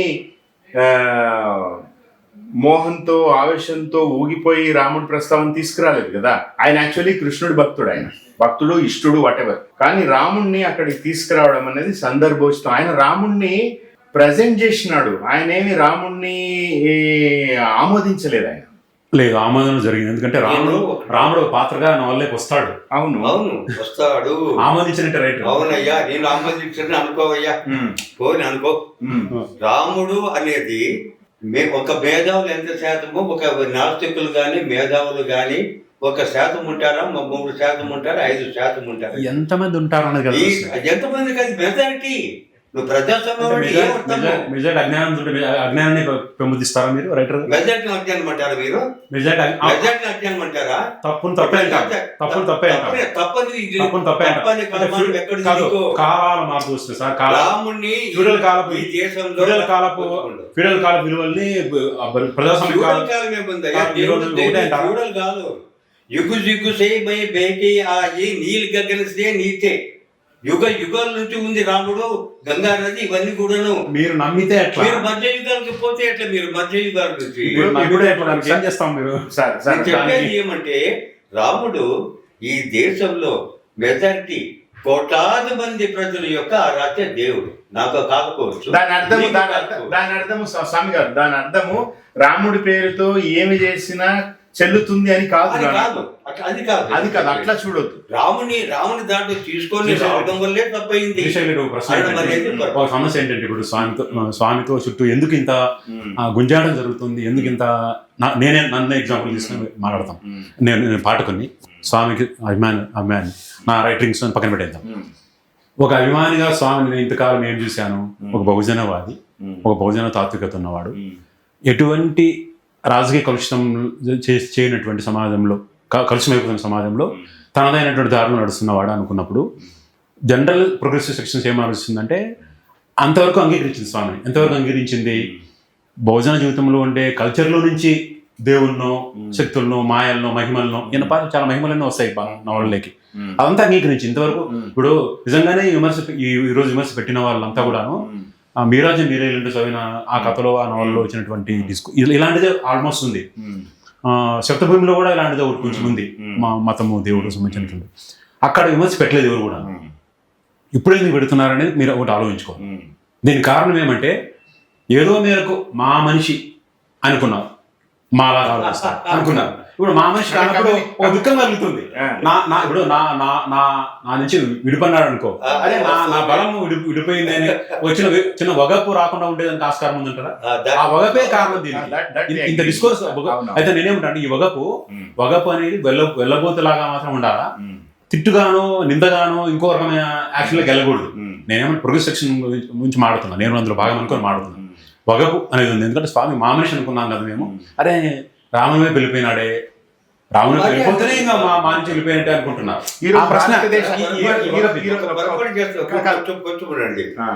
దళిత బౌద్ధులు అందరూ కూడాను నాస్తికులేనా ఈ దేశంలో? నా ప్రశ్న అదే.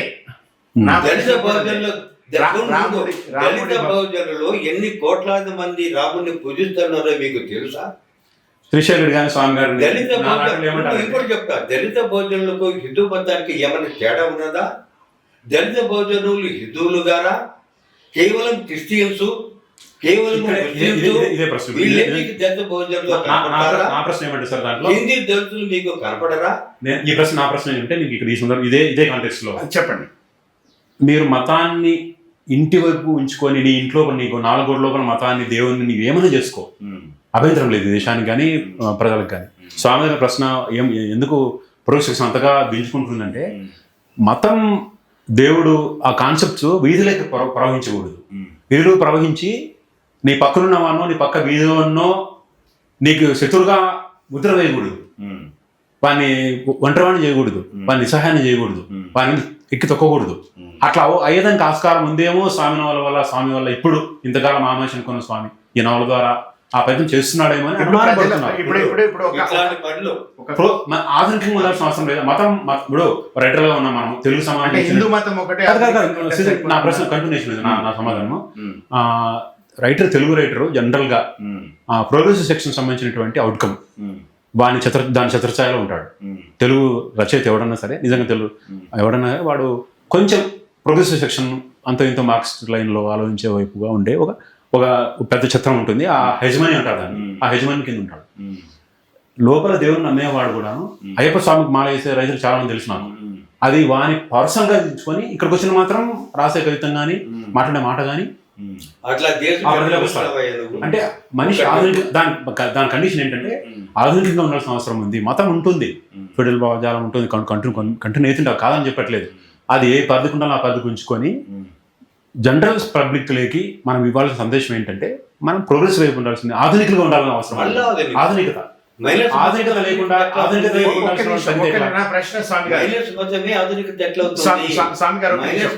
ప్రోగ్రెసివ్ ఎట్లా అవుతుంది అని అడుగుతా. స్వామి గారు ఇప్పుడు మీరు మతరాహిత్యమే ప్రోగ్రెస్ ఎట్లా అవుతుంది? తప్పకుండా మతరాహిత్యమే ప్రోగ్రెస్ అవుతుంది.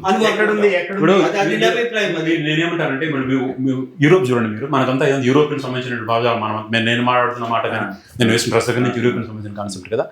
యూరోప్ లో సైన్స్ టెక్నాలజీ దాని దారిలో దాన్ని వెళ్తుంటాయి, మతము దాని దారిలో దాన్ని వెళ్తుంటది. రెండు ఇక్కడ కలవు.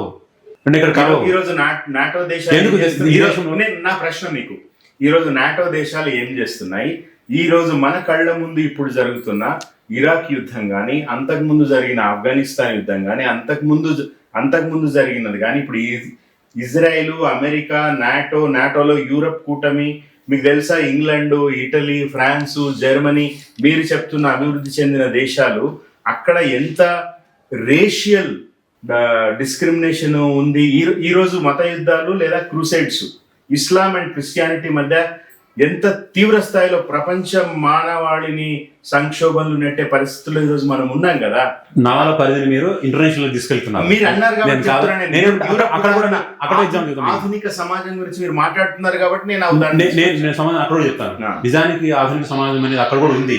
ఒకవేళ ఆధిపత్య భావజాలం అనేది ఆధునికలు రాదని నేను చెప్పట్లే, ఆధునికత కరెక్ట్ అని చెప్పట్లే. ఆధునికతలో కూడా ఆధిపత్యం ఉంటుంది గ్యారంటీగా. సామ్రాజ్యవాదం ఆధునికతకు ప్రొడక్టే కదా, అది ప్రపంచాన్ని నాశనం చేస్తుంది కదా. అయితే ఈ రోజు దాని ఎగ్జాంపుల్ చూడండి, ఆధునికత భావజాలం ఉంది కాబట్టి ఈ రోజు ఇరాన్ అంతగా ధ్వంసం అవుతూ కూడాను తిరిగి పతరిస్తోంది. వాళ్ళు కూడా మీరు అదే యూరోప్ మీద అదే ఇరాన్ అదే మతంలో కూరుకుపోయింది యుద్ధం చేస్తోంది. వాళ్ళు కూడా సేమ్ టెక్నాలజీ ఉపయోగించుకొని వాళ్ళు కూడా బాంబులు వేస్తున్నారు, వాళ్ళు కూడా భయపడిస్తున్నారు, వాళ్ళు కూడా మేము ఉన్నామని చెప్పుకుంటున్నారు. అంటే ఆధునికత ఫలితం అనేది ఆయుధాల నిర్మాణానికి కారణం అయిండొచ్చు. అదే ఆయుధము నీ శత్రు చేతిలో కూడా ఉంది కదా. ఇరాన్ కూడా ఈ రోజు అక్కడ స్త్రీల గురించి బుర్క గురించి మాట్లాడతాం. అంటే యూరోప్ చాలా సామరస్యంగా ఉంది, లేదు నేను ఎగ్జాంపుల్ చెప్పానంటే యూరోప్ సామరస్యం ఉందని అది అట్లే ఉంటుందని చెప్పండి. ఒక్క దేశం చెప్పు, మతాన్ని ఇంటికి పరిమితం చేసుకుని బయటకు మాత్రం చాలా లౌకికవాదులుగా ఉండే ఒక దేశం పేరు నాకు. పైగా నేను ఇంకోటి కూడా అడుగుతాను, క్రిస్టియానిటీకి విస్తరించే యొక్క స్వభావం క్రిస్టియానిటీకి ఉంది, ప్రతి మతానికి ఉంది. దీనికి విస్తరించే ఇస్లాం విస్తరించేది దీనికి వాటి ఉనికి కోసం పోరాడుతూ ఉన్నప్పుడు నీ మతాన్ని నువ్వు ఇంటికి పరిమితం చేసుకునే విషయం ఎక్కడొస్తుంది వేరే వాళ్ళకు? నేనుంటా నా ఇంట్లో ఎక్కడన్నా పోని అందరూ ఉంటారు, అందరూ నమాజులు ఉంటారు. హిందువులు మతాన్ని కాపాడుకోరా? నా ప్రశ్న ఇంటికి మాత్రమే పరిమితం. స్వామి నవల గురించి ఏ కాంటెక్స్ట్ లో మాట్లాడుతున్నాం అదే కాంటెక్స్ట్ లోకి వచ్చారు స్వామి. ఏమంటున్నామంటే వర్తమాన రాజకీయ పరిస్థితి ఏదైనా కావచ్చు, సమాజం విపత్తు కావచ్చు, సమాజంలో వచ్చినట్టు కొత్త భావజాలం కావచ్చు, సమాజంలో ఘర్షణ కావచ్చు, ఏదైనా కావచ్చు, దాన్ని చారిత్రక నావలు తీసుకొచ్చి పెట్టడం అనేది కరెక్టేనా? అయ్యా మళ్ళీ ఆ ప్రశ్న అదే ఇప్పుడు సమాధానం తీసుకుని ఆడపెట్టలేదు. అక్కడ ఉండేది ఇక్కడికి ఎట్లా వచ్చు, చరిత్ర నుంచి సవాళ్ళు ఏ విధంగా గీదుకుంటూ వర్తమానంలోకి వస్తాయో చెప్పిన ఇప్పుడు ఇది తీసుకుని ఆడబెట్టలేదు. మళ్ళీ నేను ఇందాక చెప్పిందే కొంచెం రిపీట్ చేస్తున్న ఒక సృజనకారుడిగా ఒక 16వ శతాబ్దానికి సంబంధించిన ఆనాటి పరిస్థితులని ఆయన రాసినప్పుడు, ఇప్పుడు రాజ్యానికి సంబంధించి, యుద్ధాలకు సంబంధించి, స్వర్ణయుగానికి సంబంధించి, అంటే ఎవరైనా రాజు యుద్ధం గెలిస్తే ప్రజలు గెలిచినట్ట, బహుజనులు గెలిచినట్ట, ఆయన తపనంతా బహుజనుల గురించే కదా ఉంటది. ప్రతి రచనలో, ప్రతి సృజనలో ఆయన బహుజనకారుడే కదా ఈ రోజు కూడా. రెండు సాంకేతిక పదాలు ఎందుకు ఆయన శీలాన్ని శంకిస్తున్నాయి ఈ రోజు? నేను యాక్సెప్ట్ చేస్తాను శ్రీశైల్ రెడ్డి మీ మాటని. నేను నవల 1-2 సార్లు విన్నాను. ఈ వివాదంలో ప్రతిసారి మళ్ళీ ఇక్కడ కూర్చొని కూడా మళ్ళీ చూశాను, అక్కడ చూశాను ఏంటి కనెక్షన్ ఏంటి స్వామి పాని మన రాష్ట్ర వ్యాసానికి సంబంధించిన కొన్ని పాయింట్ల కోసం చూశాను. వాళ్ళు చెప్పేదానికి ఆధారాలు ఏం లేదు. అంతా కూడాను స్వామి మీద చర్చ, ఈరోజు జరుగుతున్న సోషల్ మీడియా చర్చ కానీ అంతా కూడాను హియర్సే. ఒక పుకార్ లాగా ఏదో వింటాం, అది మనకు నచ్చిన విషయంగా ఉంటుంది. దాని సుభాష్ చంద్రబోస్ అని ఒక మంచి థింకర్ ఉన్నాడు, సోషల్ మీడియాలో బాగా యాక్టివ్ ఉంటాడు. సుభాష్ చంద్రబోస్ మామూలుగా చాలా కరెక్ట్గా ఉంటాడు, చాలా సందర్భాల్లో కరెక్ట్గా రాస్తాడు, లైన్ అండ్ లెంగ్త్ సరిగ్గా ఉండే ఆలోచన పరుడు. సుభాష్ చంద్రబోస్ కూడా వేరే మాటలు వినేసి 4 గురించి నెగిటివ్ రాశాడు. అక్కడ ఆశ్రయపడ్డాను. ఇప్పుడు కెంగార్ మోహన్ అనే ఒక అబ్బాయి రాశాడు, ఆయన రాశాడు, ఆయన సంబంధించినటువంటి విషయాల పట్ల ఆయన అంతే అర్థమైంది, ఆయనకి అంతే రాస్తాడు. ఓకే, అయితే అట్లా ఆయన కొంచెం ఎదగడానికి ఆస్కారం ఉంది. మోహన్కి చాలా జీవితం ఉంది కాబట్టి. అది సుభాష్ చంద్రబోస్ లాంటి మెచ్యూర్ థింకర్లు కూడాను ఆ ట్రాక్ లో పడేదానికి ఆస్కారం ఉంది. అది ఇచ్చారు అది స్వామి ఇచ్చాడు అని నా భావం. నవల 90% నవల ఇచ్చినాడు అని అంటారా? వాళ్ళు అవకాశం తీసుకున్నారన్నా ఇచ్చారన్నా. 600 పేజీల నవలలో ఎంత సోషల్ హిస్టరీ ఉందంటే ఇంతవరకు ఎవరు చెప్పని సోషల్ హిస్టరీ చాలా ఉంది, చాలా ఉంది. నిజానికి ఎంత సోషల్ హిస్టరీ మామూలుగా దానికి అందులోని పాత్రలు, ఆ సామాజిక నేపథ్యాలు, స్వామి గారు ఎలాంటి జరగాలి. ఇప్పుడు అది అడగాల్సిన అవసరం ఇది పక్కన పెట్టేసి మనము అదంతా ఎట్లా చర్చ మళ్ళీ నడుస్తుంది మాట్లాడుకుంటారు. కానీ స్వామి గారు ఇప్పటిదాకా యాక్చువల్గా సోషల్ మీడియాలో ఏ వాద వివాదాలు జరుగుతున్నాయో అవి ఎందుకు జరుగుతున్నాయో మాట్లాడుకుంటూ మనం కూడా ఆ వాద వివాదాల్లోకి పోయినాము. పోవడం తప్పు కూడా ఏం కాదు, ఎందుకంటే మాట్లాడుకోవాల్సినవి. మీరే చెప్తున్నట్టుగా ఏవి దాస్తే దాగవు అవి, సో కాబట్టి మాట్లాడుకోవాల్సిందే. ఇప్పుడు యాక్చువల్గా మీ సృజనకు సంబంధించి కడపటి యుద్ధం ద్వారా మీరు ఏమి ఆశించినారు? 16వ శతాబ్దానికి సంబంధించిన ఆ రోజుల్ని మీరు ఈరోజు పరిచయం చేస్తూ పుస్తకం ద్వారా ఏమి మార్పు కోరుకుంటున్నారు? మంచి ప్రశ్న.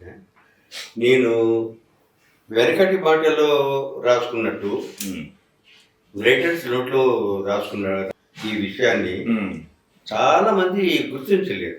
చాలా మంది గుర్తించలేరు. నేను ముఖ్యంగా ఏం రాసినానంటే ఒక ప్రశ్న ఉంది. ఆ ప్రశ్న ఏమిటంటే పాణి ఒకటి ప్రతిపాదించినాడు నా మీద. ఏమిటి అంటే ముందుగానే రచయిత ఈ ఉద్దేశాన్ని మనసులో పెట్టుకొని దీన్ని ఈ సాహిత్య అభిప్రాయాన్ని తర్వాత దాన్ని ఏమంటావు ఒక ప్రతిపాదనను ముందే ఫిక్స్ చేసుకొని నవల రాసినాడు అని చెప్పినాడు పాణి అనే విమర్శకుడు.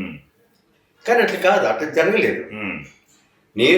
నాకు ముందే ఈ అభిప్రాయాన్ని స్థిరీకరించుకోలేదు. నాకు ముందే నవల ఉద్దేశం నాకు ముందే ఏర్పాటు కాలేదు. నాకు చరిత్ర చదువుతూ ఉన్నా.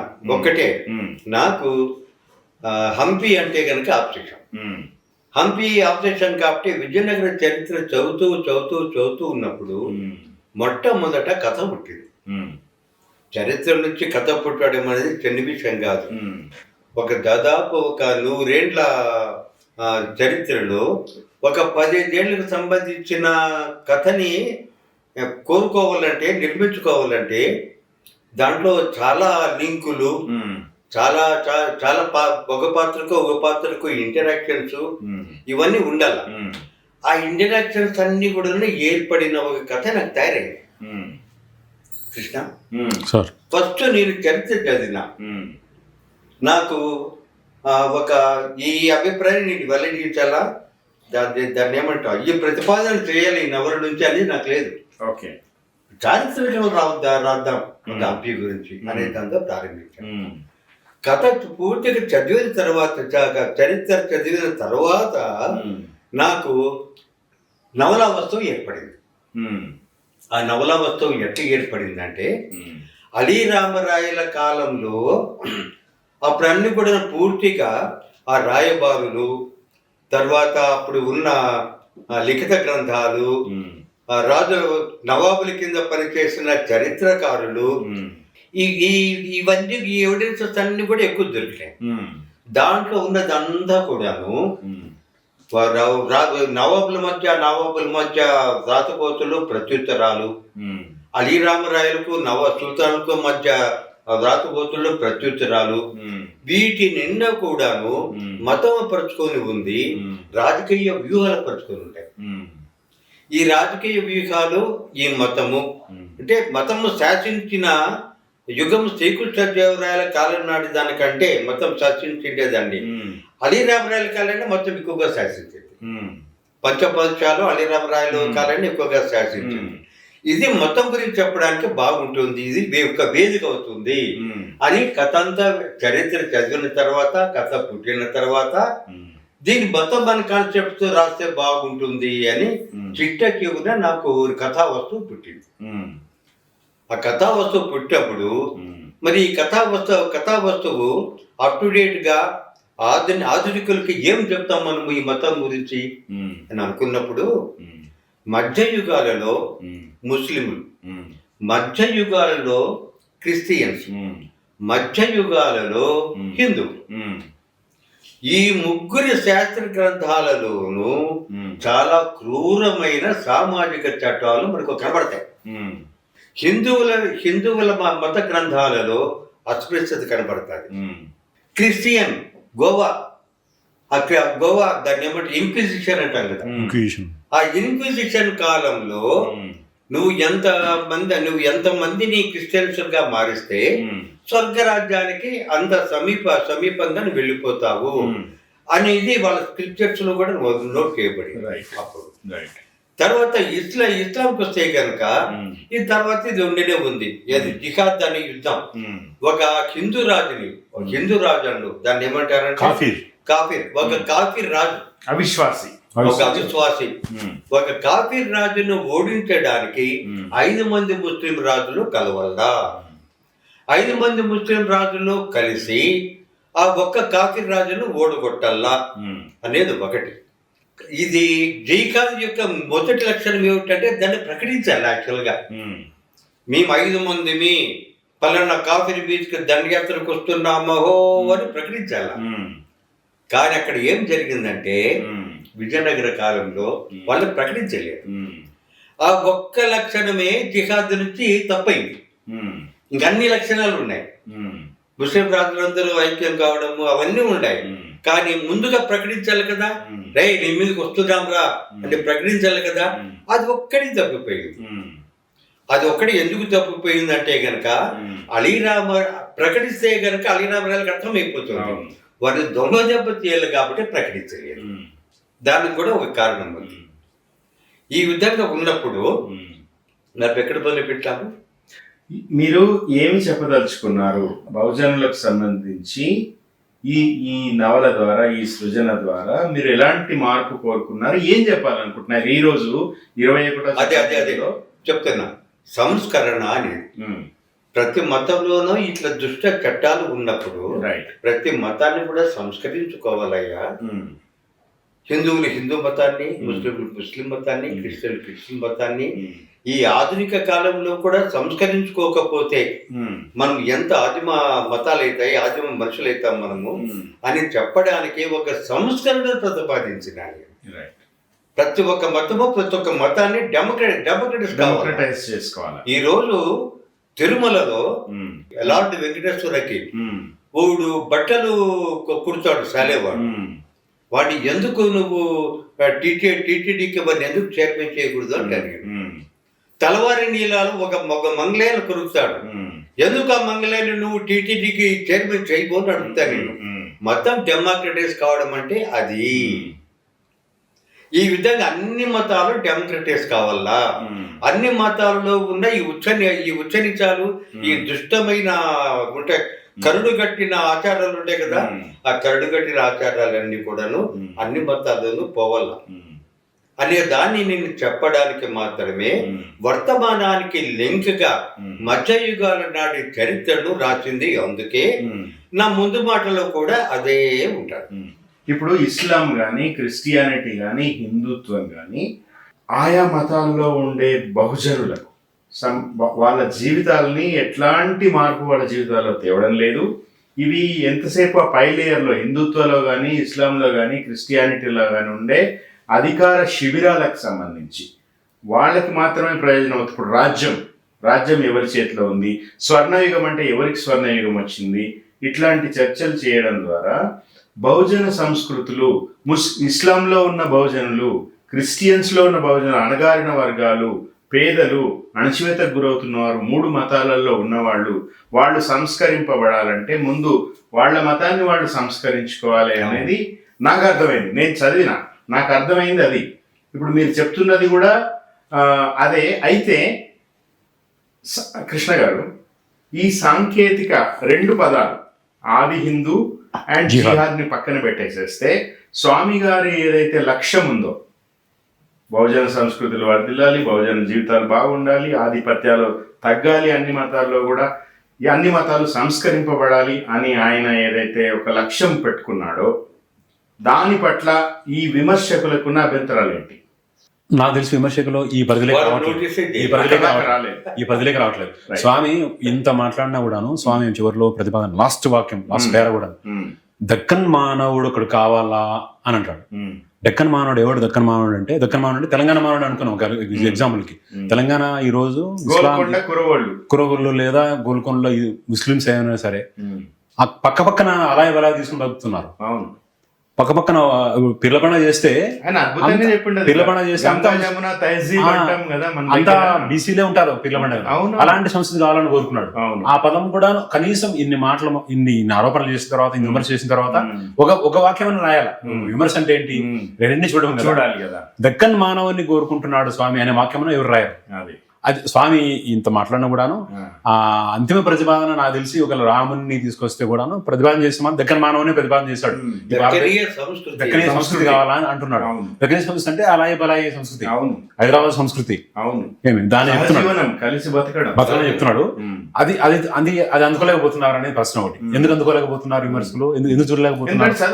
చదవలేదు కాబట్టి. రాసింది అందుకు నవల ఆఖరికి అదే ఉంది కాబట్టి రాసిన అందుకే అనుకోవాల్సిందే.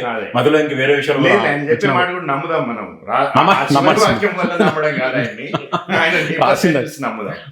అయితే ఇంకా అంటే అందరూ విషయాలు ఇంకొక యాంగిల్ ఏంటంటే శ్రీశైల్ రెడ్డి ఆయన నవలలో శ్రీపాత్రలు ఉంటాయి.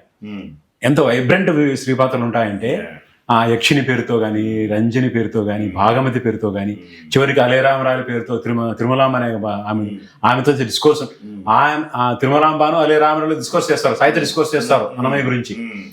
ఇబ్రహీం కులీ కుతుబ్ షా గోల్కొండ పాదషాను ఆయన భార్య, ఈయన నవల్లో పాత్ర. అది నిజమా కాదా మాకు తెలియదు, ఆయన స్వేచ్ఛ తీసుకున్నారు. భాగమతి అనే అక్కడ విజయనగరంలో ఉండే ఒక దేవదాసి కూతురు ప్రేమించి అక్కడ ఆశ్రమంలో ఉన్నప్పుడు ఆమెను పెళ్లి చేసుకుని హైదరాబాద్కి వచ్చేసి రాజాధికారం తీసుకుంటాడు.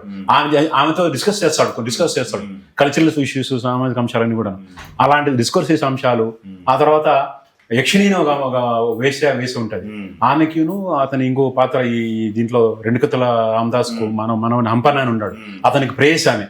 ఎంత అమలినమైనటువంటి ప్రేమ ఉంటుందంటే ఆ ప్రేమ అదే ప్రేమ కథ, మంచి ప్రేమ కథ. అదొక కథ రాయొచ్చు ట్రాక్ లో రాయాలనుకో, అంత మంచి ప్రేమ కథ ఉంది. ఆ యక్షిణికిను హంపన్నకున్న ప్రేమ. యక్షిణి అనే పాత్ర కానీ, చిన్నపోతి అనే ఒక పాత్ర ఉంది, బోయకులకు సంబంధించినటువంటి చిన్నపోతి అని ఒక ఆమె, చాలా మంచి వైబ్రెంట్ పాత్ర. ఇలాంటి స్త్రీ పాత్రలకు సంబంధించినటువంటి డిస్కోర్స్, స్త్రీ పాత్రలు ఎట్లా తయారు చేసుకున్నాడు, ఎక్కడి నుంచి తెచ్చుకున్నాడు వాటిని, వాటి నిర్వహణ చేసేదానికి రక్షపడ్డ శ్రమ, కల్పన, దీని నుంచి మాట్లాడాల్సిన అవసరం ఉంటుంది. స్వామిని అడగచ్చు మనం ఆ ప్రశ్న, ఎట్లా దాన్ని తీసుకోగలిగినారు? చెప్పండి స్వామి గారు. వీటికి యాక్చువల్గా ఇవన్నీ కల్పిత పాత్రలే, కానీ ఈ కల్పిత పాత్రలు గంతగా చారిత్రక సంఘటనలు ఉన్నాయి. విజయనగర కాలంలో ఆయన విజయనగర రాజుల ఆస్థానంలో కుస్తీలు పట్టే స్త్రీలు ఉండేవారు. వారు రాణివాసంలో ఉండేవారు. వారు ఎప్పుడు కూడాను బెత్తాలు పట్టుకొని గృహపాలకులుగా కాపలాదారులుగా ఉండేవాళ్ళు. అంతఃపురంలో ఇది దొరుకుతుంది మనకు, ఇదే దొరుకుతుంది మనకి చరిత్రలో. అప్పుడు మనము కుస్తీ పట్టే వాళ్ళు ఉండేవాళ్ళు అంటే కుస్తీ పట్టే ఒక పాత్ర ఉందని ఆమెకు ఒక పేరు పెట్టి ఆమెకు ఆ సమస్యలు వాళ్ళ జీవితాలు ఎట్లా ఉన్నాయి తర్వాత నల్ల జాను పాత్ర, అది కల్పిత పాత్ర. కానీ దాని వెనుకలు ఉన్న భూమిక ఉంది, దాని వెనుకలో ఉన్న భూమిక చారిత్రకమైనది. అప్పుడు నల్ల ప్రజలు అని ఒక వ్యవస్థ ఉంది. యుద్ధానికి ముందు ఆ నల్ల ప్రజలను పంపితే ఆ నల్ల ప్రజల ముందు శత్రురాజ్యం మీద పడి ఆ ఇల్లు అంటే ఆడవాళ్ళని ఎత్తుకొని వచ్చి వాళ్ళని మానభంగాలు చేసి చాలా చాలా దారుణాలు చేసేవాళ్ళు. అక్కడ ప్రజలంతా అడలిపోయిన తర్వాత వీళ్ళు సైనికులు పోయేవాళ్ళు. ఇంకా అడలిపోయిన వాళ్ళు ఇంకెంత చేస్తారు. అది ఒక ట్రిక్ ఆ కాలంలో. అంటే రాజుల వ్యూహంలో భాగమే యుద్ధ వ్యూహాల్లో భాగమే. సైన్యం ప్రధాన సైన్యం పోకముందే ఈ దండుపోతుంది. ఈ యుద్ధానికి ముందు ఇట్లా పై గద్దరగోళం చేసే వాళ్ళని ఏమంటామంటే నల్ల ప్రజ అని అంటారు. ఆ వ్యవస్థ ఉంది. ఆ వ్యవస్థ నుంచి నల్లజ్జ అనే ఒక పాత్రని కల్పన పాత్రని తయారు చేస్తారు. ఆ పేరుతో ఉన్న అది కూడా వివాదమైంది. బోయ కమ్యూనిటీ సంబంధించిన వాళ్ళు మా బోయ కులాన్ని తప్పు చేసి రాస్తాడు తన నవలల్లో అనే అపవాదు కూడా కారణమైంది. అది చరిత్రలో ఉన్నది రాస్తాము కానీ తక్కువ ఎక్కువ అనేది ఒక చారిత్రక నవల రాసేవాడికి ఉండవు. చిట్ట చివర శ్రీకృష్ణదేవర వీళ్ళు అలిరామరాయలు పెనుగొండ దారి పట్టిన తర్వాత సదాశివరాయలు వాళ్ళ దారి పట్టిన తర్వాత అందరి పడి వాడు సుల్తానులు రాకముందే ఆ రాజ్యం నుండి వాళ్ళే పడి చూసుకుంటారు కదా. వాళ్ళలో ఎవరెవరు ఉన్నారు కృష్ణ? ఆ కోట మీదకి ఎగబాగే భవంతుల మీదకి ఎగబాకే బాయిలతో పాటు కురువలు ఉన్నారా లేదా? నాది కురువు కులం కాదా? కురువు నిన్ను దొంగలు చేయలేదా దాంట్లో? అంటే ఈ కురువలు బోయలు రాజుల దినంలో లేరు, అప్పటికి అడవుల్లో ఉన్నారంతా వాళ్ళు. ఎప్పుడైతే వీళ్ళు పెనుగొండకి ఖాళీ చేసి వెళ్ళిపోయినాడో సదాశివరాయలు, అప్పుడు ఆ సుల్తాన్ల కంటే ముందు వీళ్ళు పడినారు హంపి మీద, విజయనగరం మీద. ఈ బోయలు, చెంచులు, కురువలు వీళ్ళందరూ పడినారు. అది నేను అక్కడ దాచకూడదు కదా. ఇప్పుడు అన్ని కులాలు అన్ని మతాలు ఏం పెద్ద అన్ని రాజపుట్టుకులు పుట్టి వచ్చినా ఏమి ఎక్కడెక్కడో పుట్టి ఎక్కడెక్కడో పడి లేచుకుంటూ వచ్చినాయి. మహారాష్ట్ర నుంచి వచ్చి మన కళ్యాణదుర్గంలో ఉన్న బోయలంతా కూడాను మహారాష్ట్ర నుంచి వేటాడుకుంటూ కళ్యాణదుర్గం చేరిన వాళ్ళు. ఇప్పటికీ వాళ్ళు ఆ దేవతను నమ్ముతారు. ఎవరు ఆయమ్మ? కొల్లాపురమ్మ ఇక్కడ మన అనంతపురంలో గాని రాయలసీమలో గాని లేదు. ఆ మహారాష్ట్ర నుంచి వచ్చిన వాళ్ళ యొక్క 500-600 ఏళ్ల కిందటి చరిత్ర ఆ కొల్లాపురం వెనకలు ఉంటుంది. ఒక విషయం వెంకటకృష్ణ గారు, స్వామి గారిని ఆయన రాముడికి సంబంధించి రాముడిని మళ్ళీ ప్రతిష్ఠిస్తున్నాడు అనే విమర్శ మీద సరే ప్లస్ మైనస్ డిస్కస్ చేయొచ్చు, కానీ బహుజన సంస్కృతుల్ని బహుజన కులాల్ని ఆయన ఏదో తక్కువగా చూస్తాడు రాస్తాడని అసలు కళలో కూడా మనం అనుకోం. అది అన్యాయమైన అపార్థం అది. నా బాధ ఏంటంటే ఈ బహుజనుల సంస్కృతుల నుంచి రాజులు, యుద్ధాలు, గెలుపులు, వాళ్ళ కీర్తి వేటితో సంబంధం లేని అన్ని కల్చర్స్లో కూడా సమిధలుగా ఉన్న, బానిసలుగా ఉన్న, నిరాశ్రయులుగా ఉన్న, ఆశ్రితులుగా ఉన్న బహుజన కులాలకు సంబంధించి ఆ కల్చర్కి సంబంధించి ఆ చర్చ మరింతగా జరగాల్సింది. దురదృష్టవశాత్తు ప్రోగ్రెసివ్ సెక్షన్స్, మామూలు ఎవరు అనామకులు అనుకుంటే పర్వాలేదు వెంకటకృష్ణ గారు, ప్రోగ్రెసివ్ సెక్షను హేతువాదులు అనబడేవాళ్ళు, సమాజం బాగుండాలని నిజంగానే కోరుకునేవాళ్ళు, లేదా కొంతమంది ఇవేవి అంటని సరే ఇదేదో బాగుంది కదా ఈ ఆర్గ్యుమెంట్, ఈ దారిలో మనం కూడా జొచ్చుకుపోదాం అనుకుని కొంతమంది కోనా మేధావులు, వీళ్ళందరూ కూడా ఈరోజు ఒక తీవ్రమైన అన్యాయం చేస్తూ ఉన్నారు. ఏంటంటే కడపటి యుద్ధం యొక్క ప్రిమైస్, కడపటి యుద్ధం ఏం ఆశించి రాశారు స్వామి గారు అనేది ఈరోజు చర్చలోకి లేకపోవడం అనేది నిజంగా అది విషాదకరమైన అంశం అనిపిస్తుంది నాకు ఈ మొత్తం ఎపిసోడ్లో. ఒకటి సోషల్ మీడియాకు ఉండే లక్షణం ఏంటంటే దేనైనా సరే ఒక సంచలనాత్మక బిగ్గరగా చెప్పడం అని అరవడం అనేది. ఒక సంతలో ఉంటాం అనుకోండి, ఈ అన్ని రణగుణ ధనుల మధ్య నా గొంతు వినపడాలంటే ఏం చేయాలి, నేను గట్టిగా అరవాలా. నాకు తెలిసి సోషల్ మీడియా ఒక సంత, ఎవరి సంత వాడు చేసుకుంటా ఉంటాడు. బట్ నా సంతలో నేను నా విషయం చెప్పాలి కదా, నేను అరవాలి నేను. సో అట్లా అరవస్తే తప్ప నా చుట్టూ జనం పోగవరు. ఆ లక్షణం ఒకటి సోషల్ మీడియాని డ్రైవ్ చేస్తుంది. ఆ కారణంగా ఒక చిన్న వివాహం కనిపించిందంటే మనం కూడా పోస్ట్ పెడదాం, మనం కూడా మాడదాం చేసి మాడితే ప్రతి ఒక్కడు ఎవరికి వాడు డైరీ రాసేస్తాడు, ఓపెన్ డైరీ రాస్తాడు అన్ని మంచి పనులు చేసినట్టు. ఇదొకటి దొరికాడు కాబట్టి రాయేద్దామని చెప్పేసి. ఇంకో అదొక దాని రెండో పాయింట్ ఏంటంటే ప్రోగ్రెసివ్ సెక్షన్ లో ఉండే అంత ఇంత నిజాయితీ పరులైన మా మేధావులు, ఆలోచన పరులు ఎవరైనా సరే చాలా మంది ఉంటారు కదా, వాళ్ళు కూడా ఈ ట్రాప్ ఎందుకు పడుతున్నారంటే ఇంతవరకు మావాడు అనుకున్న మనిషి ఇట్లా అయిపోయినాడే అని అంటున్నారు కదా. అది ఇప్పుడు నేను చెప్తాను ఒక మాట, నన్ను నమ్మే వాళ్ళు ఒక నలుగురు ఉంటారు కదా, ఆ నలుగురు నేను చెప్పింది నమ్మేస్తారు. నేను చదువుకుంటే ఒక మాట అనేస్తాను, నేను చెప్పింది దాన్ని నా వెనకలే నలుగురు ఉంటారు. సో అట్లా ఇన్ఫ్లుయెన్స్ అయ్యే ప్రోగ్రెసివ్ సెక్షన్ లో నిజాయితీ పరులైన మేధావులు కూడా అరే స్వామి ఇట్లా రాసాయంట కదా, పలానా అని చెప్పాడు కాబట్టి ఇది కరెక్ట్ అయ్యిండొచ్చు, అరే ఇట్లా అయితే ఎట్లా అని ఆక్రోషం లోపల పెట్టుకొని పైకి ఆయన ఒక అపవాదం చేసేస్తాడు. సో ఇది నడుస్తుంది రెండు. ఒకటి సోషల్ మీడియాకు ఉంటే సహజమైన లక్షణం ఒక కారణము, రెండోది ప్రోగ్రెసివ్ సెక్షన్ తన కోల్పోతున్నామే స్వామిని, ఇలాంటి ఇంతకాలం మాతో పాటు ఉన్నవాడు వీళ్ళు జారిపోతున్నాడు అనే ఒక ఆక్రోషం. ఈ రెండు డ్రైవ్ చేస్తున్నాయి. అట్లాంటి మిత్రులకి మీరు ఏం చెప్తారు స్వామి గారు?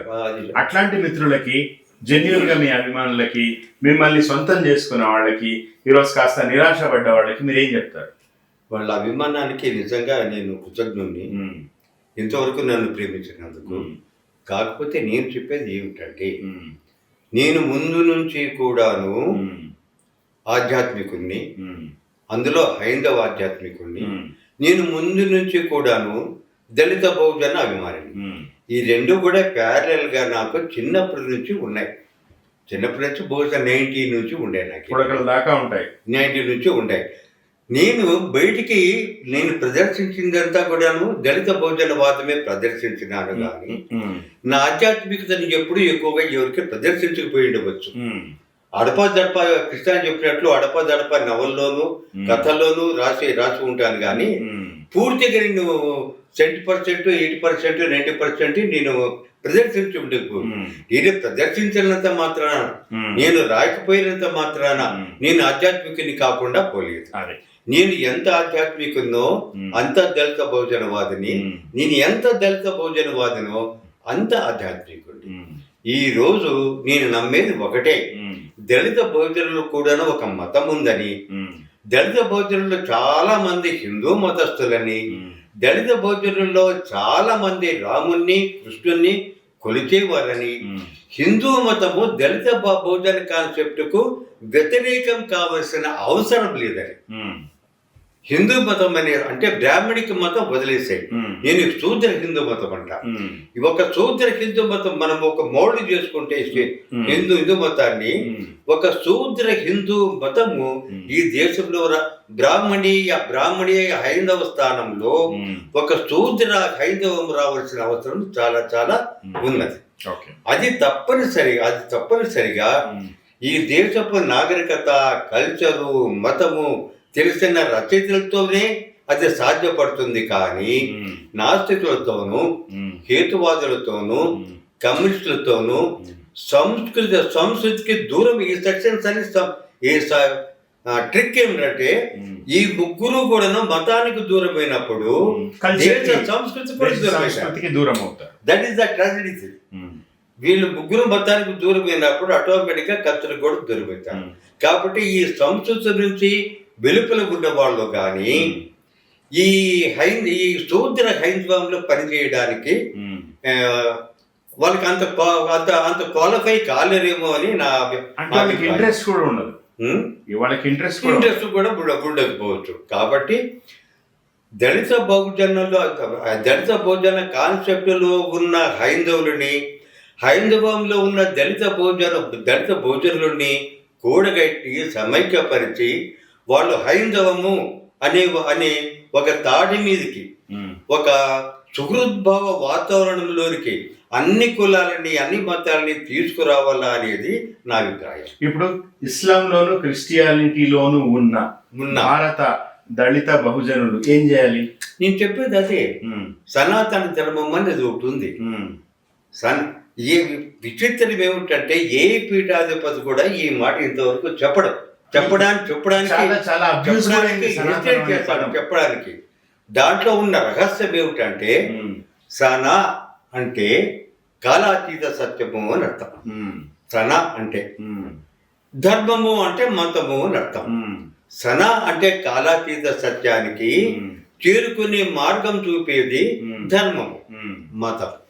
అంటే ఈ అర్థంలో తీసుకున్నప్పుడు హిందూ మతం కానీ, క్రైస్తవ మతం కానీ, ఇస్లాం కానీ, ఇంకా ఏ మతాలైనా సరే అన్నీ కూడాను సనాతన మతాలు కాకుండా అది నేను కొత్తగా చెప్పదలుచుకున్నది. దాని అర్థం యాక్చువల్ గా అదే. అంటే ఇస్లాం సనాతన ధర్మం ఇంకోటి ఉంటుందా? క్రైస్తవ సనాతన ధర్మం ఉండదు. అదే చెప్పు. సన అన్నిటికీ సన వర్తిస్తుంది. సన అంటే గనక కాలాతీత సత్యం. సో అప్పుడు సనాతన ధర్మము హిందూ మతానికి మాత్రమే సంబంధించింది కాదు, అది జెనరిక్ టర్మ్ అంటున్నారు. అవును, అన్ని మతాల్లో ఉండేది అదే. కాబట్టి హిందూ మతానికి సనాతనము అనే దాంట్లో హక్కు లేదు, అంటే ప్రత్యేకమైన హక్కు లేదు. సమస్య ఏమవుతుందంటే సనాతన ధర్మము మనం అవునన్నా కాదన్నా హిందూ ధర్మంలో ఒక భాగంగా ఉంటూ వచ్చింది, లేదా హిందూ ధర్మం పుట్టుకకు కారణమైంది. ఈ రోజు క్రిస్టియన్స్ ని, ముస్లిమ్స్ ని మనము అదర్వైజ్ గా మనం కన్విన్స్ చేయలేము. ఇప్పుడు దానికి నేనేమంటున్నా, ఎట్లా అయితే ఒక నిమిషం వినండి, ఆది హిందూ అనే పదము, జిహాద్ అనే పదము పదాలుగా సాంకేతికంగా ఎట్లాగైతే కంట్లో నలుసులాగా ఇబ్బంది పెడుతున్నాయో వీళ్ళని, ఈ సెక్షన్స్ ని, అట్లాగే సనాతన ధర్మము కూడా, సనాతన ధర్మం అనగానే అది హిందూ మతము అనేది అందరి దృష్టిలో ఉన్నది, ఇంక్లూడింగ్ ఇస్లాం అండ్ క్రిస్టియానిటీలో ఉన్న వాళ్ళకి కూడా. కాబట్టి మీరు ఒక సృజనకారుడిగా, సమాజం బాగుండాలనుకునేవాడిగా మీరు చేయాల్సిన పని దాన్ని రీడిఫైన్ చేయటం. సనాతన ధర్మానికి బదులు ఇంకొకటి ప్రపోజ్ చేయండి. చేద్దాం. నేనేం ప్రపోజ్ చేశానంటే అది కూడా చెప్తున్నా, వచ్చే వ్యాసంలో అది కూడా వస్తాను. దీనిని ముందు మనము ఒకప్పుడు ఒకప్పుడు మ్యాప్ లేదు, ఇప్పుడున్న మ్యాప్ ఇప్పుడున్న ప్రపంచం పటం ఒకప్పుడు లేదు. దాన్ని జంబూ ద్వీపకల్ప పటము అని అంటారు. జంబూ ద్వీప పటము అని అంటారు. జంబూ ద్వీప పటము అనేది మనకు ఒక లెగసీ, జంబూ ద్వీప పటము అనేది. అదే రకంగా ఇక్కడ ఉన్న మాలలకి, మాదిగలకి, ఇక్కడ ఉన్న మూల వాసులుగా ఇక్కడ ఉన్న మాల మాదిగలి, ముఖ్యంగా మాల మాదిగలకి జాంబవంతుడు ఆది పురుషుడు. ఆ జాంబవంతుడిని ఆది పురుషుడు అంటారు, ఆది దేవుడు అని కూడా దేవునిగా పూజిస్తారు. కాబట్టి ఈ మూలవాసులను గౌరవించేటట్లుగా మన ప్రపంచ పటము, ఒకప్పుడు మన ప్రపంచ పటం యొక్క లెగసీ జంబూ ద్వీప పటాన్ని అనే లెగసీని గౌరవించేటట్టుగా దీనికి జంబూ మతం అని కానీ, జంబూ దేశం, హిందూ దేశం కాకుండా జంబూ దేశం అని కానీ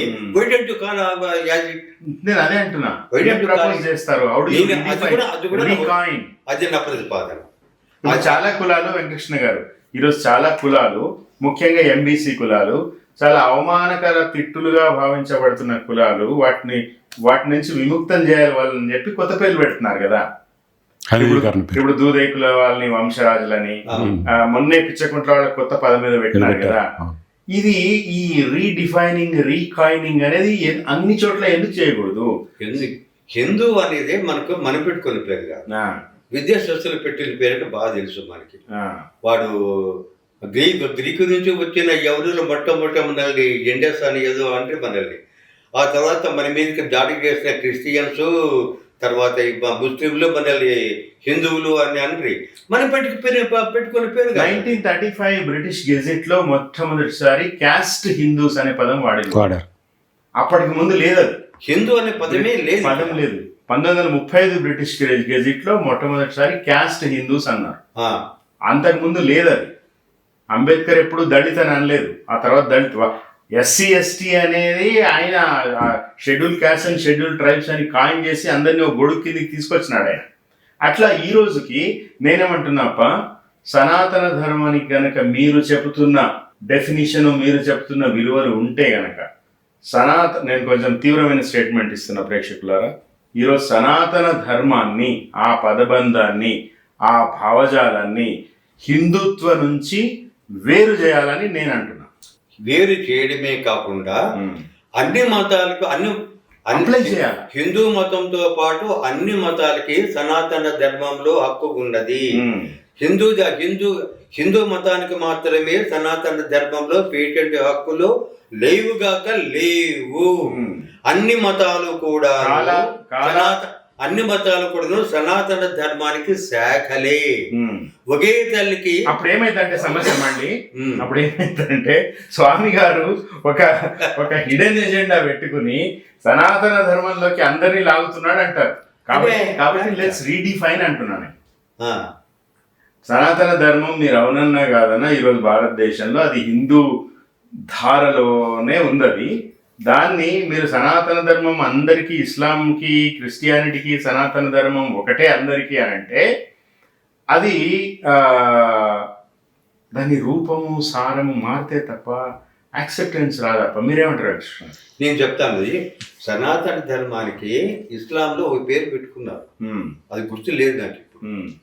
తర్వాత క్రిస్టియన్స్ ఒక పేరు పెట్టుకున్నారు, దాన్ని వాళ్ళు స్వర్గరాజ్యము అని అంటారు. అవును, మనం స్వర్గరాజ్యంలోకి వెళ్ళొచ్చు కదా.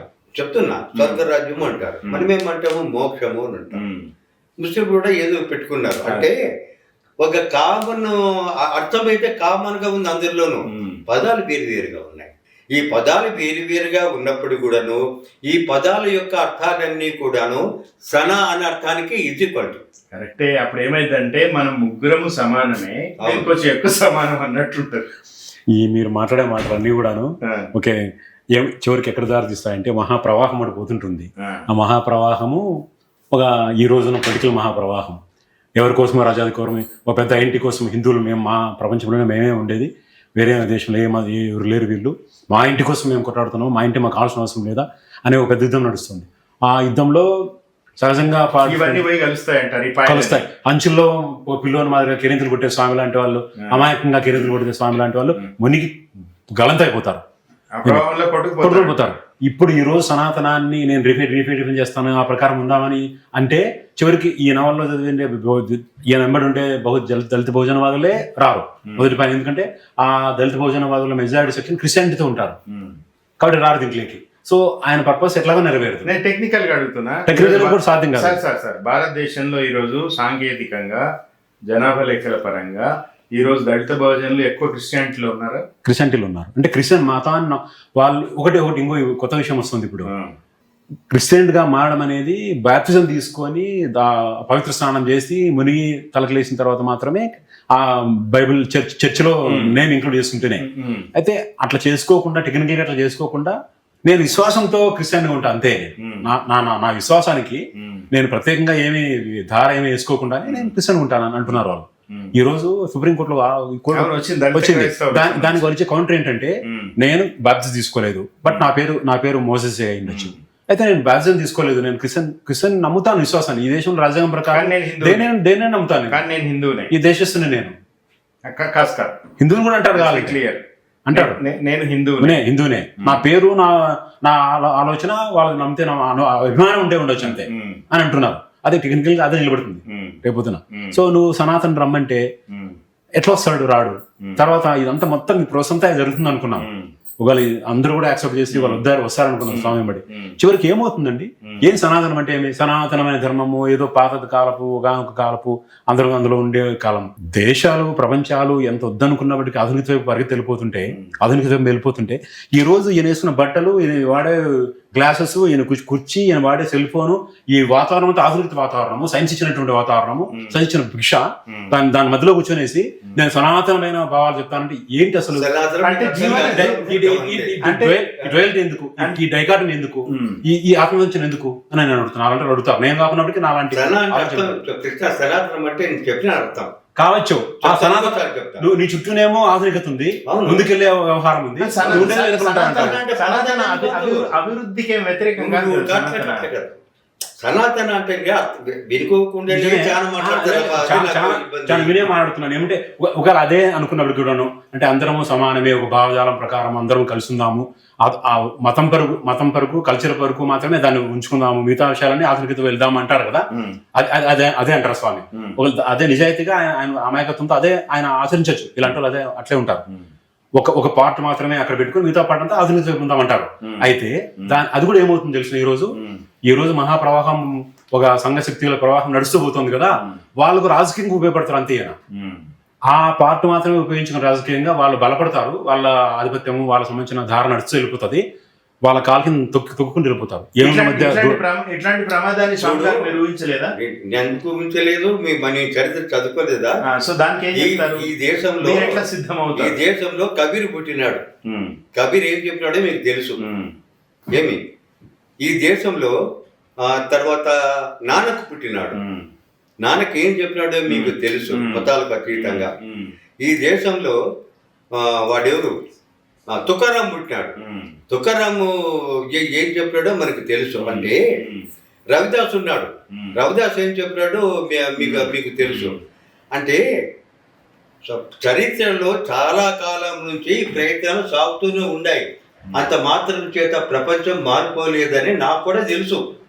ఈ పొద్దున నారాయణ స్వామి రాసినంత మాత్రాన రేపు పొద్దున ఒకవేళ ప్రపంచం మారితే అనేది నాన్ సెన్స్, మారదు, ఇట్లే ఉంటుంది.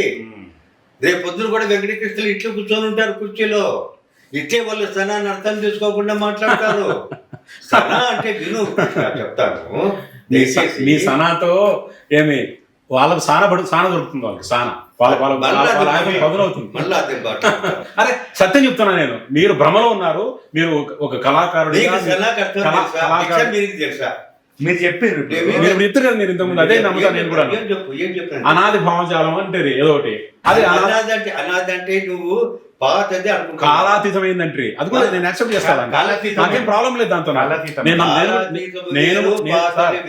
నేను ఒక హేతువాది గాను లేకుంటే ఒక మార్క్సిస్ట్ గాను కాదు. నేను కూడా పుట్టిండేది ఈ హిందూ ద్వారాలను పుట్టి ఉన్నాయి. భగవద్గీతని రోజు చదువుకున్నామనే 10వ క్లాస్. నేనేమంటానంటే నేను సనాతనానికి అర్థం చెప్పుకుంటానయ్యా. చెప్పండి. చెప్పాను కాలాతీతం ఏం చెప్పారు మీకు చెప్తే కూడా మీకు అర్థం కాలేదు, అందుకని చెప్తున్నా. మళ్ళీ చెప్పండి. సనా అంటే డిక్షనరీ మీనింగ్ చెప్తాను. నా అర్థం కూడా కాదు, ఇంకో అర్థం కూడా కాదు. సనా అంటే డిక్షనరీ మీనింగ్ అంటే సృష్టికి ముందు ఉన్నది. ఓకే, సృష్టికి ముందు ఉన్నది. ఏదైనా సరే, నువ్వు పుట్టక ముందు, నేను పుట్టక ముందు, ఈయన పుట్టక ముందు, సృష్టి అంటే మనమే కదా, నేనే కదా సృష్టి. మన పుట్టక ముందే సృష్టి ఉన్నది. సృష్టి అన్వే ఆ సృష్టి సత్యం ఏమిటంటే దేశకాలాలకు అతీతంగా ఉన్నది. సృష్టికి పూర్వము దేశకాలాలకు అతీతంగా ఉన్న సత్యం ఒకటి ఉన్నది. సృష్టికి పూర్వం ఉన్నది ప్రకృతి. లేదు, ప్రకృతి కానే కాదు. ప్రకృతి ప్రకృతి ముందు కూడా బిగ్ బ్యాంగ్ కన్నా ముందు అంటున్నాడు. సృష్టికి పూర్వం ఉన్న స్థితి, సృష్టికి పూర్వం ఉన్న స్థితి, ఆ సృష్టికి పూర్వం ఉన్న స్థితిని చేరుకోవడానికి కలిగిన మార్గమే మతం. హిందూ మతమైన, ఇస్లాం మతమైన, క్రిస్టియన్ మతమైన, ఏ మతమైనా సృష్టికి పూర్వం ఉన్న స్థితిని చేరుకోవడానికి ఏర్పడిన మార్గమే మతము. ఏ మతమైనా సరే అదే సనాతన ధర్మము. సనాతన ధర్మం అంటే ప్రాచీనమైనది కాదు. ఓకే, సనాతన ధర్మము చెప్పనీవయ్యా నన్ను. కళాకారుడిగా ఆ కళాకారత్వం నెరవేరదు కదా అంటున్నా. చెప్పనీవయ్యా నన్ను. సనాతనము అంటే ప్రాచీనత ఎంత మాత్రము కాదు. ఈ గుడ్డలు వేసుకొని, ప్యాంట్ వేసుకొని, రేపొద్దున రాబోయే మోడల్స్ కూడా వేసుకొని నేను సనాతనుని కావడానికి ఏ అభ్యంతరాలు ఎవరు పెట్టరు, ఏమీ లేవు. ఎందుకంటే సనాతనం అనేది ప్రాచీనం అనేది కాదు. ఒకప్పుడు ఉండి ఇప్పుడు ఉంటూ రేపు కూడా ఉండబోయేది సనాతనము. అదేంటి? అదే దేశకాలాతీత సత్యము. అదేంటది? నీ హృదయంలో ఉన్న దేశకాలాతీత, నీ హృదయంలో ఉన్న ఎన్లైటైన్మెంట్ అంటే ఈ ఇంద్రియాలకి, ఈ ఇంద్రియాలకు అతీతంగా నీలో ఉన్న శక్తి, నీలో ఉన్న నేనుకి ఆధారమైనది. ఇప్పుడు నీలో ఒక నేను ఉన్నది, నాలో ఒక నేను ఉన్నది, ఈయనలో ఒక నేను ఉన్నది. ఈ నేనుకు ఆధారమైన ఆ ప్రాచీన స్థితి, ఆ ప్రాచీనమైన అఖండమైన నేను, దీన్ని చేరుకునే స్థితిని దాన్ని మనము సనాతనము అంటాము. కానీ సనాతనం అంటే పాతదని కాదు. ఒకప్పుడు ఉండి ఇప్పుడు ఉండి రేపు పొద్దున కూడా కొనసాగేది సనాతనం. అదే సనాతన సత్యము అంటారు. అలౌకికమైన విషయాన్ని, అమూర్తమైన విషయాన్ని అది అది కల అది ఊహించుకోవడము, అది ఉండాలని కోరుకోవడము, అదొక ధార ఈ మతాల్లో ఉండేది అది ఉంటుంది. అయితే వాస్తవంలో ఈ నవల ఏం మాట్లాడుతుంది అనే విషయం మాట్లాడినప్పుడు అది తిరిగి ఎక్కడికి వచ్చి నిలబడుతుంది. ఆయన ప్రకారమే రాముడి దగ్గర వచ్చి నిలబడుతుంది. రాముడు కూడా అలాంటి వాడే, అట్లా తీసుకోమని చెప్తుంది. అయితే అట్లా తీసుకునే పరిస్థితి ఈ రోజు ఉందే వర్తమానంలో అని నా ప్రశ్న. నువ్వు సబ్జెక్ట్ మాట్లాడు, నువ్వు సిద్ధాంతం మాట్లాడు. పర్వర్షన్స్ గురించి ఎందుకు మాట్లాడుతున్నావు? ఇది కదా మాట్లాడుతున్నాం ఈ రోజు మనం. మాట్లాడు, దాంట్లో ఉత్తన్న మాట్లాడు. అది వాస్తవం కాదు కదా. ఉత్తన్న అలౌకికమైనటువంటి సిద్ధాంతం ఒకటి, పర్వర్టెడ్ సిద్ధాంతం ఒకటి. సిద్ధాంతాన్ని గురించి మనము దాన్ని చర్చించేటప్పుడు పర్వర్షాన్ని కలపకూడదు. నవలలో 2-3 ధారలు ఉన్నాయి. మీరు ఆ ధార కూడా మీరు ఉత్తన ధార ఒకటి దీంట్లో ఉంది, యాక్సెప్ట్ చేస్తారు. అదే అంతం అయిపోలేదు నవల, దాంతో అంతం అయిపోలేదు నవల. ఇంకొక ధారలోకి వచ్చి అంతమైంది, ఇంకొక రాజకీయ ధారలోకి వచ్చి అంతమైంది, ఇంకొక సామాజిక ధారలోకి వచ్చి అంతమైంది, అంతమైంది. సో అప్పుడు ఏ ధార తీసుకుంటాడు పాఠకుడు? ఇప్పుడు సమస్య ఏంటి, చర్చ ఏంటి? ఆ అలౌకికమైన ధారణ వదిలేశారు, దాని గురించి మాట్లాడట్లా. నేను చెప్తున్నాను, నేను ఇంత డిస్కస్ చేస్తే అది కూడా ఉంది, నేను యాక్సెప్ట్ చేస్తా. ఉత్తన ధార ఇప్పుడు మాడుతున్నాడు, సనాతన ఉత్తనది అలౌకికమైన ఆనందం పొందేది. అది పొందితే నిజంగా మనుషులు ఎవరికి వాళ్ళు పొందితే గొప్ప ఆనందం పొందుతారు, అది బాగానే ఉంటుంది. అది ప్రతిపాదన ప్రధానంగా బయట రావట్లేదు కదా. అప్పటికి ఏం చేయాలి నవల రచయిత? దాని కేంద్రంగా నవల రాయాలి. మరి అట్లా కాదు, దీంట్లో అంతరాలు ఉంటాయి. ప్రతిది కూడా సత్యం అనేది స్టెప్ బై స్టెప్ మెట్ల వారీగా ఉంటుంది. హిందూ మతంలో ఎప్పుడు కూడా ఆ మెట్లు మెట్ల వారీగానే ఉంటుంది. అది ప్రశ్న. సత్యం కూడా మెట్ల వారీగానే ఉంటుంది. ఆ మెట్లలో మతం తర్వాత ఉన్న మెట్టు అలౌకికం. ఓకే, మీ ప్రతిపాదన అదే అయితే ఆ నవల దారి వేరే నడుస్తుంది అంటాను. అది కన్వే కావడం లేదు అనేది నా ప్రశ్న. ప్రధానంగా కన్వే కావాలంటే కనుక అది ప్రధానమైనది కాదు. ఇప్పుడు చర్చకు వచ్చింది కాబట్టి అది వస్తా ఉంది. కానీ దాంట్లో ప్రధానమైనది సంస్కరణ. మతం, అన్ని మతాలు కూడా సంస్కరించబడాలా, అన్ని మతాలు కూడా డెమోక్రటైజ్ కావాలా. మనకి ఇప్పుడు ఉన్న సవాళ్ళకి అన్నిటికీ కూడాను ఆ మధ్యయుగాల చరిత్ర నుండే రూట్స్ ఉన్నాయి. ఆ రూట్స్కు పోదాము, ఆ రూట్స్ తడుముకుందాము. ఆ రూట్స్ లో ఉన్న మన క్రూరమైన చట్టాలని, మత చట్టాలని మార్చుకుందాము. అవి మారినప్పుడే మన మత యుద్ధాలు కానీ, మత కమిటీలు కానీ, ఈ వీధి పోరాటాలు కానీ ఇవన్నీ కూడా పోతాయి. మనం ఒక అలౌకిక స్థితికి చేరడానికి మతాన్ని శుభ్రపరచుకోండి. మతం అనేది ఒక నిత్య. మనం ఇంకా కంక్లూడ్ చేద్దాం. Final comment. నేను ఎన్ని చారిత్రక అంశాల చుట్టూ ఉండే వివాదాలు మాట్లాడినా కూడాను, ఇప్పుడు చెప్పాడు కదా, ఉత్తన్న అనబడే ఒక తాత్వికుడు ఈ నవల్లో ఒక అలౌకికమైన ఆనందం పొందడానికి ఒకళ్ళు రాముని ఆధారంగా చేస్తున్నప్పటికీ చేసేది మాత్రం అదే చేస్తాడు గ్యారంటీగా. రాముడు నిమిత్త మాత్రం అంతే.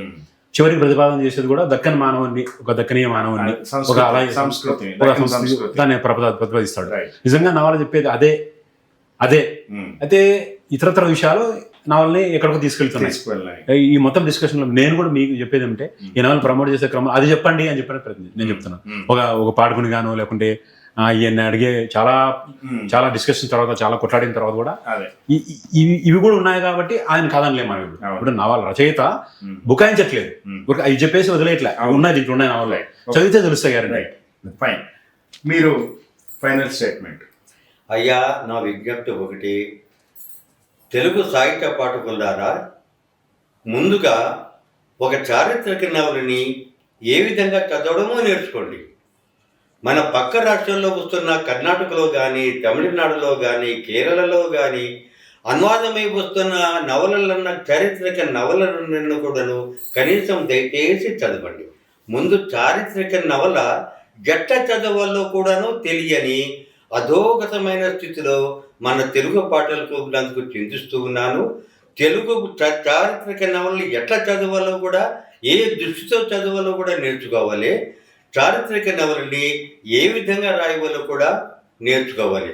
ముఖ్యంగా కడపటి యుద్ధంలో ప్రతి మతాన్ని సంస్కరించుకోవాలి, ఎవరి మతాన్ని వాళ్ళు సంస్కరించుకోవాలి, ఎవరి మతాన్ని వాళ్ళు డెమోక్రటైజ్ చేసుకోవాలి. ఇవి ప్రధాన అంశాలుగా నవల గురించి చర్చించండి. ఈ రచయితగా నన్ను సంతోషపెట్టండి. ధన్యవాదాలు. మా విజ్ఞప్తి పాఠకులకి, ప్రేక్షకులకి, విమర్శకులకి అందరికీ కూడా, సమాజము ఉన్న స్థితి నుంచి మరింత ఉన్నత స్థితికి ప్రయాణం సాగించడానికి వీలుగా ఈ సాహిత్యము చాలా దోహదపడుతుంది. ముఖ్యంగా స్వామి గారి లాంటి సృజనశీలి, భారతదేశం బాగుండాలి, దళిత భోజనులు ముఖ్యంగా అందరూ వాళ్ళకి జరుగుతున్న చారిత్రక అన్యాయాలు అవన్నీ సమసిపోవాలి ఏ మతంలో ఉన్నా కూడా అనే ఒక అంతిమంగా మానవుడు ఒక అలౌకిక స్థితికి చేరుకోవాలి అనే ఆయన ఆకాంక్షతో ఆయన రాశారు. అందరికీ నేను విజ్ఞప్తి చేస్తున్న పుస్తకం చదవండి. చదివిన తర్వాత ఎట్లాంటి డిస్కోర్స్ అయినా పెట్టుకోవచ్చు. చదవకుండా మాట్లాడడము, ఏదో ఒక విమర్శ ధారలో జాయిన్ కావడము, ఆ ఇంగ్లీష్లో అంటారు జాయినింగ్ ద బ్యాండ్ వ్యాగన్ అని, అట్లాంటిది కాకుండా చాలా అభిరుచి గల పాఠకులుగా తెలుగు పాఠకులు, విమర్శకులు, సాహిత్యకారులు అందరూ కూడా ఈ కృషి చేయాలి. అంతిమంగా సర్వేజన సుఖినో భవంతు అనేది మన లక్ష్యం. ఇంకా స్వామి గారు ఇంకా చాలా ఉన్నతంగా ఆశిస్తున్నారు అలౌకిక స్థితి అనేది. బట్ దానికంటే ముందు అందరూ సౌఖ్యంగా కలిసిమెలిసి ఆయన చెప్పిన దక్కనీయ సంస్కృతి, గంగా జమున తహజీబ్ అనేది విలసిల్లాలంటే కడపటి యుద్ధము పూర్తిగా చదవండి. చదివిన తర్వాత చర్చలు ఎన్నైనా కూడా పెట్టుకోవచ్చు. Thank you.